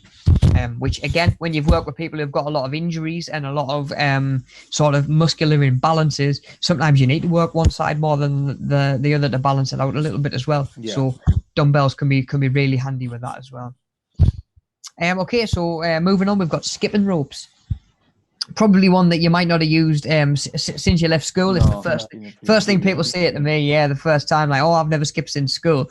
And do you know what? Like, it's harder than you might think. There's a reason that a lot of the boxers and a lot of the combat sports use it as like a method of conditioning and a really, really good body fat burner as well. And you don't even necessarily need to be skipping and jumping. You know, I've had people turned up for boot camp who might be a little bit more they might be a little bit more beneficial for them to not be jumping and not putting that impact through their knees and their ankles every single time they're jumping on the spot. You know, skipping's not for everybody, but you can simulate skipping. You know, just sort of bend your knees, get you going, get your arms out to each side, and even that in itself is going to get your arms working, and it will bring that heart rate up. I think it's the most calorie efficient, like, cardio. Is it really? I never knew that. So. I'm not entirely sure, but I'm pretty sure I read somewhere that it's the most calorie efficient one. In terms of the calories that it'll burn? Yeah. Or right, okay. As opposed to like the amount of calories that your body needs to do it. Yeah. Yeah, okay. That's cool. That's pretty cool. So yeah, you know, you've only got to look at of course a lot of boxers, you know, outside Tyson Fury to say to just look at sort of how much body fat they tend to be carrying and sort of the physical conditioning that they tend to be in. You know, skipping can be really, really helpful in sort of fat burning, conditioning and cardiovascular endurance as well. So of course it raises your heart rate. One of the best selling points of the skipping rope is, of course, that it's affordable. So it burns 30% more calories, up to 30% more calories than running. Really? And do you know what? In a couple of studies that they've done anyway. I would dare argue that it's probably better for your knees and your ankles and stuff as well. Yeah, I think so. I can't imagine it being worse. I tell you that much. Unless you're skipping on concrete, you know. But yeah, even then, you know, as opposed to running on the roadside and on paths and stuff like that. So not only sort of really, really good at sort of burning calories, like I say, sort of affordable. You can have one that'll go in your bag. It'll transport. You know, it's light, it's easy to move around, doesn't take up much space either to come in your kit bag or even just to store it in the house, sort of out the way until you need it. Like I say, a really, really handy piece of kit that, you know, it's not going to cost you very much and you can take it pretty much anywhere you might want to go. Of course, like I sort of mentioned, skipping's not for everybody, you know. For example, just off the top of my head, you know, someone who's maybe got to lose X amount of weight before they go in for like a heart operation or any form of surgery, something like that. If you need to get the weight off quick, it might be tempting to think to yourself, oh, I'll try something that's really sort of, like you say, calorie efficient, intense, like skipping. But yeah, in that position, it might be a little bit too much, not only for the heart that you're trying to help out in the first place, but like I say, also your knees and your joints and stuff like that. If you are carrying a little bit of extra weight, jumping on the spot and putting that through your body isn't necessarily going to be the best thing for your body as well, you know. So again, thinking about what we're using, when we're using it, and, you know, to use a skipping rope properly, to actually be skipping with one, you would probably argue that it does require a level of fitness, because it coordination is also coordination as well. There's all sorts of bits and pieces you'd need in there, like, to do it. Yeah, definitely. Properly. Without just like whipping yourself in the shins every time the skipping rope comes back round as well. But yeah, you know, maybe again, if you are in a position where you're wanting to try some stuff at home, maybe you have saved yourself a little bit of money on a gym membership or whatever it is. Maybe, you know, you're just thinking about investing in some kit. Skipping rope could be a really, really good shout, to be honest. Yeah. Okay, guys. So moving on, we've got our kettlebells. So like I sort of mentioned earlier on, just like normally a big sort of metal weight, you can get them plastic with pretty much a big handle on to let you get hold of. A lot of them are sort of rounded, so they fit in the palm of your hand really well. They sort of fit to the shape of your body quite well. You can keep it in close depending on what it is that you're doing and get some really, really good sort of functional exercises in. Of course, they're going to come in different weights that should be sort of marked on the kettlebell itself, so you can accurately sort of pick out whichever one's going to be right for the exercise it is that you're doing. again, resistance for your muscles to work against, and you can do so much more functional stuff with them. You know, like we talked before about doing like a Turkish get up where you lie on your back with like your arm extended with a kettlebell in it, and your aim from there is to get yourself safely like up to your feet while keeping your arm fully extended. Like safely as well being the key word, like, because there's all sorts of issues you might come across if you try and do one. Definitely, yeah. It's doing them right. It's doing them safely. I think even just with, if you try it with just like even just something in your hand, just like hold something in your hand like a bottle of water or something, you'll know straight away, like, actually this is no joke. This we're not definitely messing about, like. Definitely, especially like you say, you don't need to even have a load of weight. It's just getting your body to move that way and engaging the muscles that you need to do it safely as well. So I might have to chuck that into one of the future fitness videos that we do, because it's a good one. Like it really is. It really is. That's top, and like you say, you could use some little bits from around the house as well. You don't need a load of weight. Okay, so kettlebells, of course, really, really good for sort of functional training. Stuff like kettlebell swings and stuff like that. Really, really good sort of metabolic exercises. Get that metabolism working, get you burning calories. Still working them shoulders though, so it is. You'd have to take it a bit easy, maybe. It is, yeah. I'll not be demonstrating any this week, that's for sure. But again, you know, when it comes to kettlebell swings, you're using your hips coming forward and your glutes sort of coming forward and firing to get the weight up to shoulder height, as opposed to doing like an arm swing. You know, you do see it quite a lot where people will try and do a kettlebell swing and like it's obviously coming from the arms. Yeah. Whereas like bend your knees, stick your bum out, and then drive everything forward and lock out. Yeah. And that momentum will help the weight come up to shoulder level, sort of eye level as well. And of course, body movement in it. Yeah. With a kettlebell, of course, you can get a really good weight on them. And it's really, really handy to the handle is easy for sort of passing from hand to hand as well. If you've ever seen an exercise where it's almost like you're coming to like a wide stance, bend your knees and come down into almost like a wide deadlift position, but then like pass a kettlebell under your legs, right, from one hand to the other in like a figure of 8.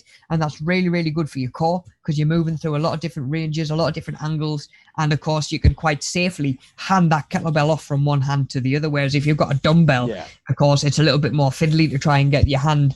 Because of course, I don't have massive hands, and I couldn't get a second hand on the dumbbell to like swap it across. You know what I mean? It's a bit more fiddly. Depending on the positioning you're in, it's going to be a little bit more fiddly. Yeah. So again, we've got handles that can help with our kettlebells as well, and just make stuff like that a little bit more manageable as well.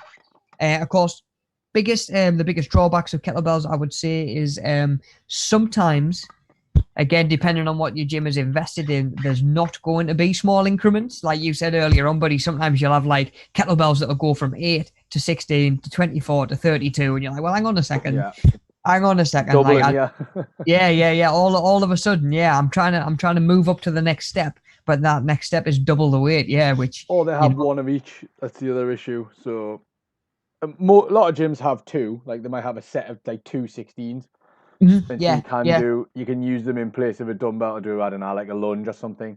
But then some places will only have 1, so they'll have like kettlebells starting at like 2, 4, 6, 8, 10, 12, and up to 32, but they only have 1 of each. So someone's using it, and you don't want to make a massive jump up to 24 or whatever.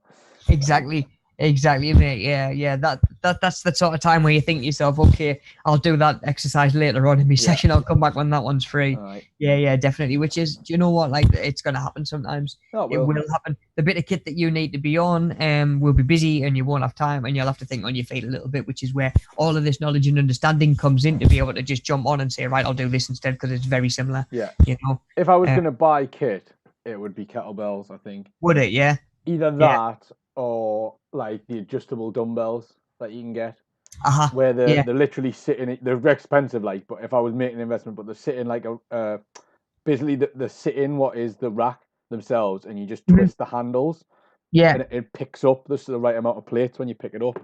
That's cool. Like, they're not cheap, like, but if I was going to buy stuff to work at home, like you were saying about that guy who sat the gym off, I'd buy a bench and some of them, and you could do pretty much everything with them. Like they go up, like some of them go. I think Dan bought some for the gym here, and they go up to 42 kilos.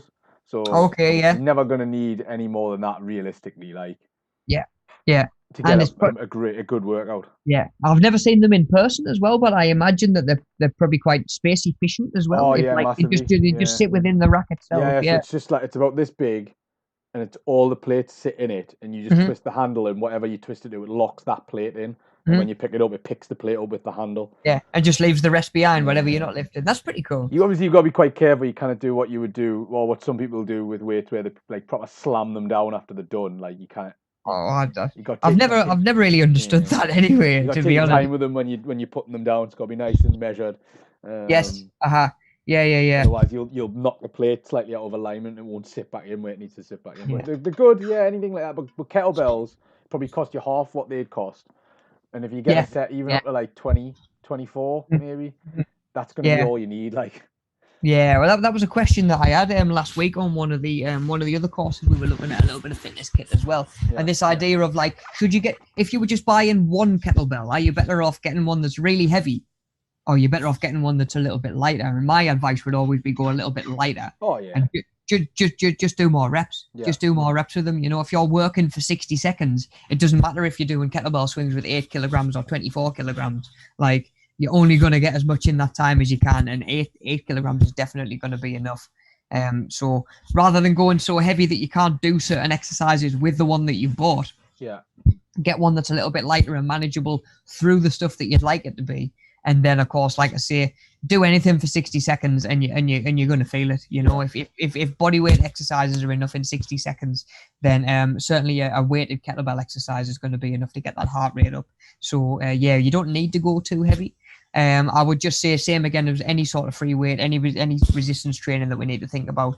Of course, there's just a little bit more concentration needed to maintain your form, make sure that everything's moving right. Yeah. I guess one of my main bits of advice would be when it comes to stuff like kettlebell swings and probably even stuff like deadlifts and stuff like that, do them with a mirror handy, especially if you are in the gym. Use the mirror. You might think that your back is flat and safe, and that your shoulder blades are tucked, and that your lower back isn't rounded, and then you might look in the mirror and you might get a little bit of a shock as well. So again, just get your body used to what that feels like, and sooner or later you'll just drop into that position a lot more naturally, and like I say, you won't need to worry quite so much about your form, especially keeping your back flat and keeping your core engaged and stuff, because it just becomes kind of like second nature, really. But like I say, it's not going to come straight away, so just be aware of your form and stuff like that when using kettlebells. Okay, guys. So this is the Swiss ball that I was on about earlier on. Pretty much like a big old beach ball. Yeah. Base hopper. Pretty much, mate. Yeah. And you've seen them. It seemed like there was like a big phase in the noughties where these would get used quite a lot. For like fitness classes and stuff like that as well. They were.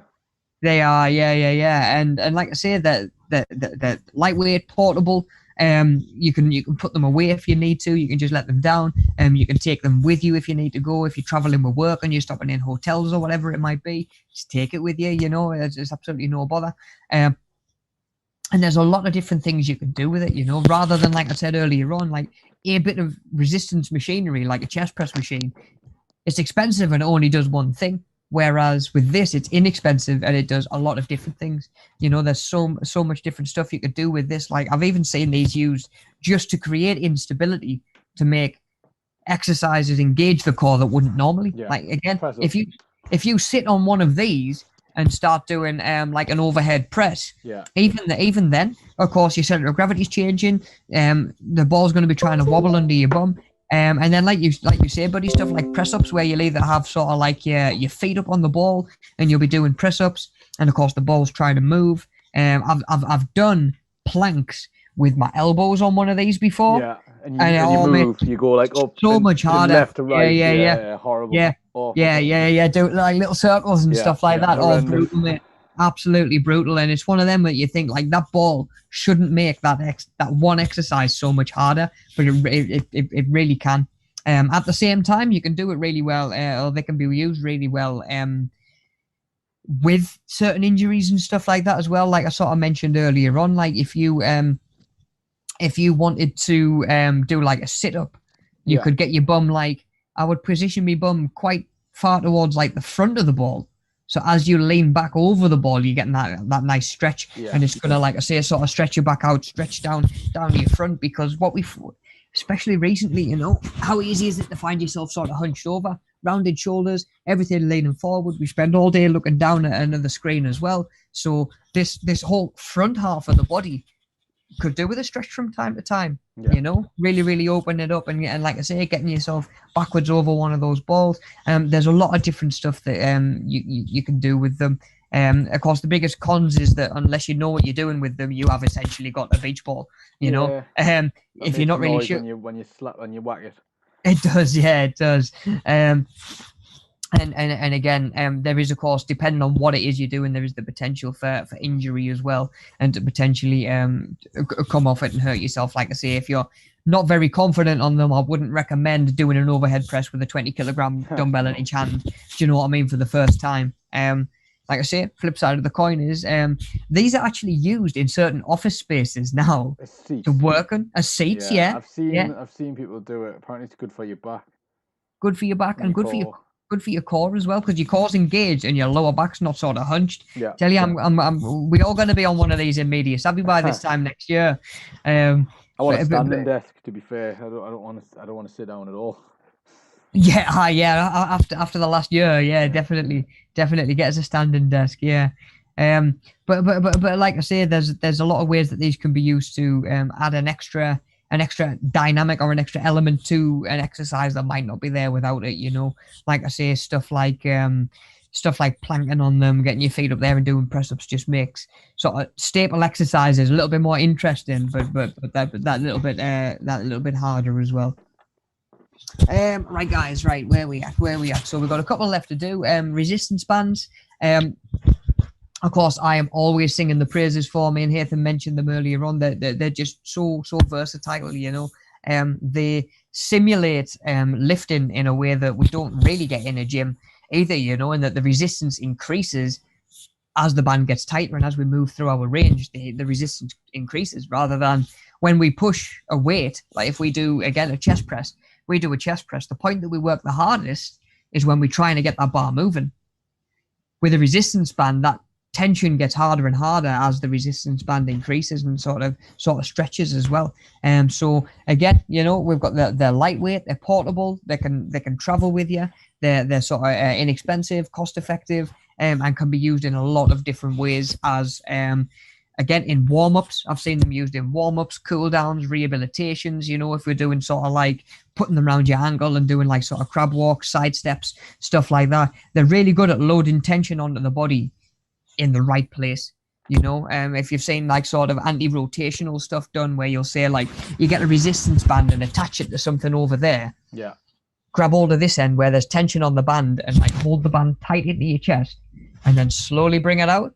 And of course, as you get further out, the resistance is trying even harder to pull you around to that start point. So you've got the opposite side of your core working to resist that pulling as well. You know, so that was a really good one to work on, only not just sort of like core and oblique strength, but also sort of like knee strength, hip strength and stuff like that. Really, really good for sports conditioning and stuff like that as well. You see a lot of athletes do that sort of thing, protecting their knees and all of that sort of thing. So yeah, again, really, really versatile. A lot of different stuff you can do with them. Of course, this one that we've got on here has got like handles that you can attach on each end. So you can do like something with each arm. You can, of course, stand in the middle, do some bicep curls. Some of them are going to come with a little attachment that'll go on one end that'll work as like an anchor, which will maybe go like under a door frame with a stopper on the other side. So you can do like some pulling movements, stuff like that. Or at the top, and you can do like a pull down. Yeah. While I'm on, of course, we've got something like this, which is what they call like a TheraBand, which is pretty much just one big long strip of elastic band. It doesn't loop back on itself like some of them do. They normally smell weird, them. They do actually. Now, like powdery smell. Now you've mentioned it, they do have a little bit of like it's a totally different smell. Something like this, like the loop ones. Yeah, I don't know what what it is about them. They've just got texture and the whole. As soon as you say it, I'm just like, I get the smell. The word TheraBand, is that what did it, mate? Yeah. Okay, so we've got, of course, and these sorts of ones as well, which are really good for sort of working or helping stabilize joints, all of that sort of thing, and like I say, working on your knees. And just like I say, again, add intention to the body wherever you might want it. Like I mentioned earlier, put it around your knees before you do a squat. Not only are you focusing on coming up and down and doing your squat, but you're also focusing on keeping your knees pointed out, which has got your glutes and the outside of your thighs working, rather than just letting your knees collapse into the middle. So you're getting a little bit extra benefit there as well. Again, you kind of need to know what you're doing with one before you get started. Otherwise, you've got yourself a big fancy elastic band, and of course, potential for injury as well. Just checking that none of them have got any frays or tears or anything in them before you start using them. I got my blue one, my favorite blue one, died of death a couple of weeks ago because I was doing a no, that's my black one. I was doing a bent over row. One, and just as I got to the top of the range, it just went twang. But of course, it had a little bit of a nick in, and of course, when you get a nick in a resistance band, it's kind of the beginning of the end, isn't it? So stretch that till it rips in half. Yeah. It is, yeah. I was very conscious not to be using that band for stuff like upright rows, where it's going to be anywhere near my face, where I'm going to be at risk of being sat here wearing an eye patch this time next week as well. So yeah, just be careful with them, and the same with any resistance kit ever. Really, I guess we need to just be aware of how we use them safely and how they can potentially go wrong as well. But yeah, really, really good bits of kit. And like we sort of said earlier on, if I haven't done bodyweight training through lockdown, it's been resistance band training. Just because, like I say, I haven't found many exercises that you could do in a gym, especially with like your typical sort of kit that you can't replicate in some way with a resistance band as well. So again, if that is something that you're looking into, resistance bands and what to do with them, how you could use them at home, again, by all means, give me a shout, and I'll give you some pointers on how to actually use those resistance bands effectively towards whatever your goals are as well. But yeah, really, really cheap, cost effective, and they don't take up much space either. Right, guys, last couple to look at before we wrap up for the day. Of course, we've got medicine balls that we sort of mentioned earlier on. Providing resistance for muscles to work against. Again, lots of different functional ways we can use them, and they're going to be usually varied with the weights, and usually in small increments as well. You might get like a 2 kilogram one, a 4 kilogram, a 6, and they might work themselves up that way. I haven't seen these jump up quite as drastically as as kettlebells can. Kettlebells, again, going from 8 to 16 to 24, whatever it might be.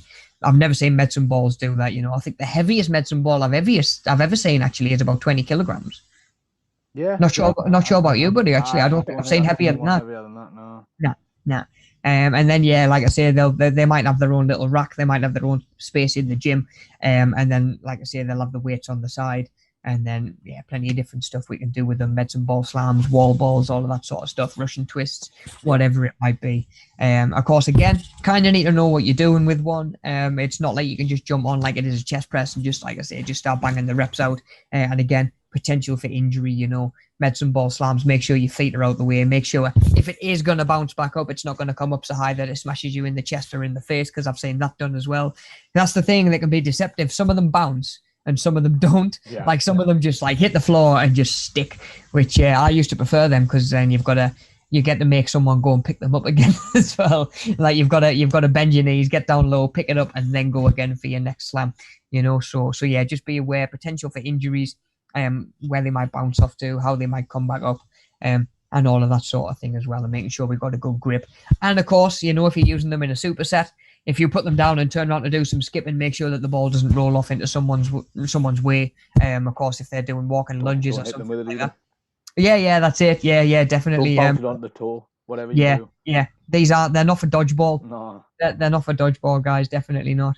Or keepy uppies. Just coming back to that, they're not for keepy uppies or dodgeball. No. But they are. They're really good bits of kit. And like I say, you probably could have one, at least one at home, without it taking up too much space. You just get yourself a light one and do plenty of different bits. Okay. So circuit training, probably the last sort of thing to sort of touch on today, because there's a lot of kit that you could use that might be better used like as part of a circuit, and there might be the chance that the place that you're first going to encounter it, because it's the sort of stuff that you might not be happy going into the gym and setting up yourself and just sort of doing by yourself. We're talking about stuff like rope ladders, boxing bags and pads, getting the tires out for tire flips, TRX ropes, if you've ever seen them, which is essentially like hanging your own weight So it's like a rope with two handles on that'll go up and over like a beam or like a rail or something Yeah, like so it's that. like one bit, isn't it? And it goes like over and around. It's got the handles on, but you can have it at any height, can't you? So you can have it like right up the top or like right down the bottom. And then all you're doing is grabbing hold of the handles, choosing how far you're leaning back to decide how hard it's going to be, and then you can do stuff like pulling your chest up towards the handles, so you're doing like almost like simulating like a bent over row sort of position, that sort of thing. Like TRX can be really good. Again, depending on how you use them, you can drop the handles right down, get your feet in them, and do like a harder plank, stuff like that. So all of that sort of stuff, it's really again really handy. You can use it to mix up your circuits. So although it's not like its own piece of kit, circuit training can be a really good way to mix cardio with resistance training, like we sort of mentioned earlier on. Like, we should all get some cardio in there sometimes or somewhere.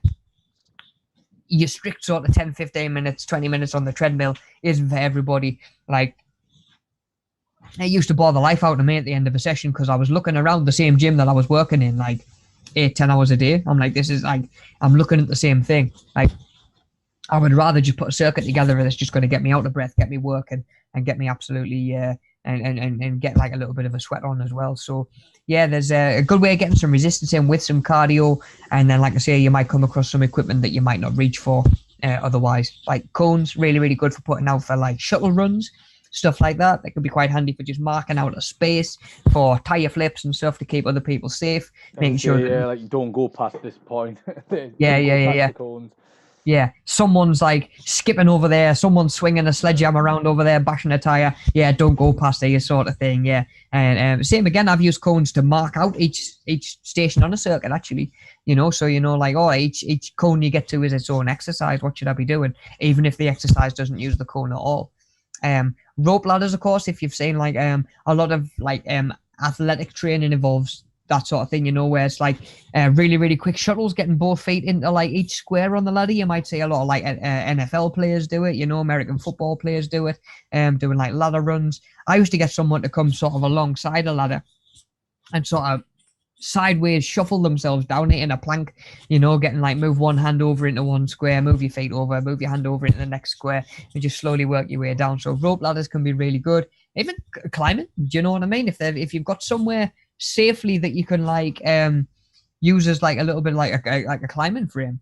I used to our gym at school used to have like big wooden rails down the side that never got pulled out for a single thing. They probably did pull out, but they never got used for anything. We used them as a climbing frame, and I tell you what, like, if you remember, and if you ever did it, certainly in PE at school, climbing the rope ladder and stuff like climbing the rope and ringing the bell at the top and stuff like that. Yeah, it's hard going. It really is hard going. It's a bit weird to get kids to do who classically don't have a lot of upper body strength. It is, yeah. Climb a rope, which is like specifically upper body strength and core strength, which 12-year-olds probably don't have a great deal of. 100%, mate. Yeah, and of course, then you've got the old health and safety as well. I'd be surprised if they do that sort of thing half as much these days. A gigantic like crash mat underneath, probably. Probably, yeah, probably. Yeah, you have to get bubble wrap before you can start climbing. Yeah, but yeah, so of course any form of climbing, which is of course why pull-ups pretty much work you as hard as they do. If you've seen stuff like monkey bars, like Hatham mentioned earlier on, like it's the sort of thing that you associate with a kid's playground, but like it knackers kids out. It's hard work. It is hard work. Then we've got stuff like boxing bags and pads, which again can be quite handy in a circuit. You might feel sort of comfortable enough going over and just putting the pads on and going to town on the bags for a little bit. You might not. It might not be anything you've ever done before. You might be able to look into something like a boxer size class if it's something that interests you, but you're not really sure. Because like there's boxing, and then there's like fitness related to boxing. Like I've trained a lot of people over the years that got a lot of benefit out of doing pad work, but they had no intention of going up to a boxing gym where they'd be expected to spar with people and climb in the ring and get their head punched in, So there are classes out there that don't actually put any focus on the combat side of boxing at all, really just the fitness and the movement and the conditioning and stuff. So that might be something that could appeal to you. And a really good stress relief. Really good stress relief, especially if you can go along with a mate, get paired up, take it on turns on the pads, and just knock 10 bells out of each other. Yeah, then why not? little bit of therapy there. But yeah, there's a lot of different stuff we can do with all this different kit. And the last one we've got on there is, of course, battle ropes, which is like my first experience with battle ropes was in a gym that I used to work in over Sedgefield, and it was essentially like ship rope Right. used for mooring like ships. Nice. So, mate, it was I would say it was 3 times heavier Yeah. than your normal sort of battle fitness ropes that you would get. And mate, they just rinse you. Like, you Yeah. can start them fresh, and within a couple of minutes they just sap your strength. So for battle ropes, if you've never seen them, it's almost like it's what it sounds like. It's just a long rope Bit of rope, mate. that's that is however heavy it is, and you'll either tie it around something or loop it around something, and then you'll be able to get either sort of one of the handle in both hands or a handle in each hand, depending on how you've got it set up. And you can do things like rope slams and get one in each hand and do snakes. You can do twists to each side, that sort of thing. Really, really good for that core strength again. And again, a lot of different things you can do with them, and they do kind of roll up and sort of move out the way quite well and sort of stash away. Like, we used to leave ours kind of out on the gym floor because they were wrapped around one of the squat racks, because let's face it, the squat rack's not going anywhere. And we just used to bunch it up when nobody was using it. And then they were there off the gym floor. People could grab them. If someone was on the squat rack and they wanted to use them, then they were happy to just take them elsewhere. But of course, like I say, it didn't take up too much space, and really, really handy. And if you've got even just a couple of these different bits of kit, you've got an endless amount of different combinations of exercises you can do to keep things fresh for yourself, and keep yourself engaged. And that is where, like I say, that is where I got to with my own training, where it was like, right, I understand body weight training, I understand the benefits I can get from it, I understand why it can be so beneficial while we're in lockdown and while we're stuck at home. Sooner or later, I was just like, right, okay, I'm ready to do something a little bit different.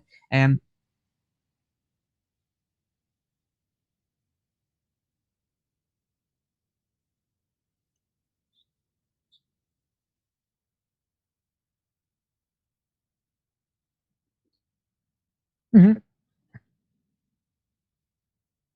Yeah, yeah,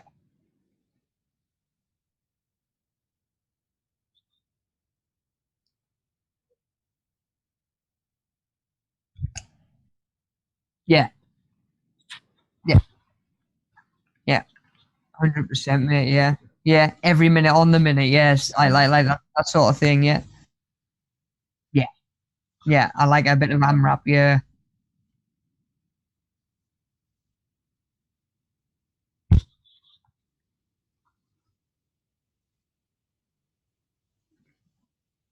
yeah, yeah,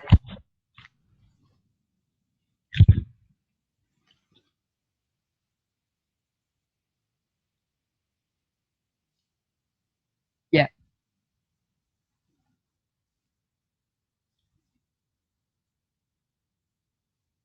Hmm.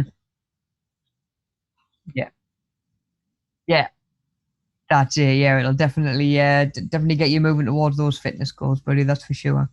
Excellent, mate. So yeah, there's a lot of different sort of stuff that we can do out there. Like you say, change your training up. Do some AMRAP, do some every minute on the minute, and give yourself some supersets. Like, I've just pair some exercises up and give yourself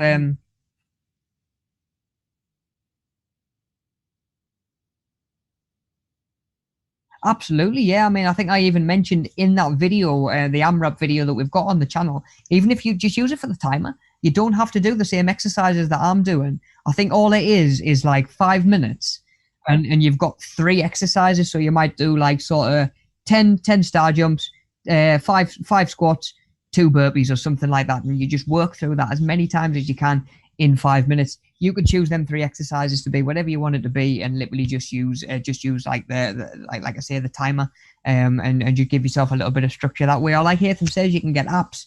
You can get okay. Mhm. Yeah, you'll get loads of them, I imagine. Yeah.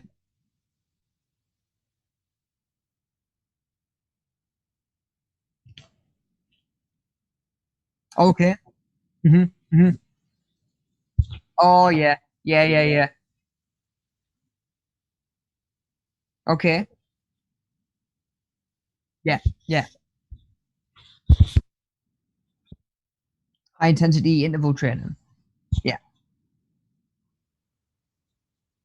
Yeah, definitely.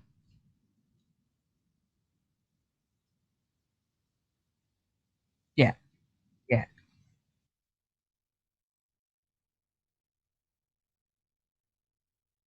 yeah, yeah, yeah. So you know.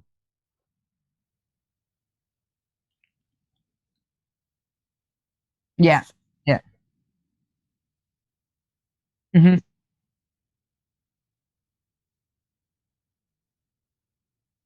Yeah, yeah, yeah. Hmm. Yeah. Exactly, exactly.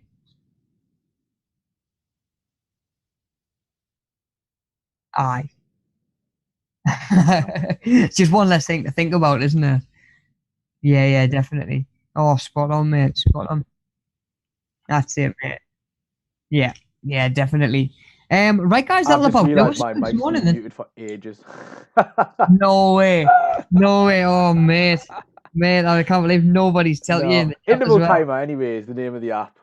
Interval timer, Interval that's the one. timer is the name of Cheers, that app. buddy. Thank you. I muted my mic because there was like everyone was coming in and out the room just to pick Yeah, stuff yeah, up. So I thought, oh, yeah, I'll just mute it on the yeah. stream. So I've been muted for probably about half an hour now. Oh Oh, well. that'll test You everyone's were lip mainly speaking, reading so it's skills. fine because I was trying to sort out like deliveries and stuff to the office, so it's fine. Yeah, But yeah, so interval timer and look for the high intensity interval training, which is HIIT for short. yeah, Um, yeah. is what I was saying there, and just type that into your app store or your Play Store, whatever phone you're using. Yeah, and And you just can give you something that'll just take the managing your time off your plate while you're trying to work hard and exercise at the same time. yeah, Definitely, buddy. Yeah, cheers for that, man. no problem. If anyone has any trouble with that, Rob, and you can't sort it out with the timer, give me a shout. Mhm. But I think you'll be all right. No You worries, buddy. used one Yeah, in the video, didn't you? In the AMRAP video that's on the channel. yeah, yeah, yeah. I've used the same one for years. It's called Seconds Pro. I think I got the free one, Yeah, and then because I was using it so much for work, I think I paid like £2 to unlock like the paid version. yeah, And it was really, really helpful. And like, not that anybody has to go with that one at all. And like, a free one will do you just as well. yeah. If you had the paid version of the one that I use, I can send timers straight over, which is pretty cool. But of course, like Hatham says, just grab any off the store and have a bit of play around and find one that suits you and And whatever you need to use it for. we could probably help you, like as part of the course, set it up as well if you wanted to do like not Definitely. on the minute every minute for say 15, 20 minutes. We can Yeah. help you just Yeah. program it quickly. It should only take about 5 minutes to sort that out.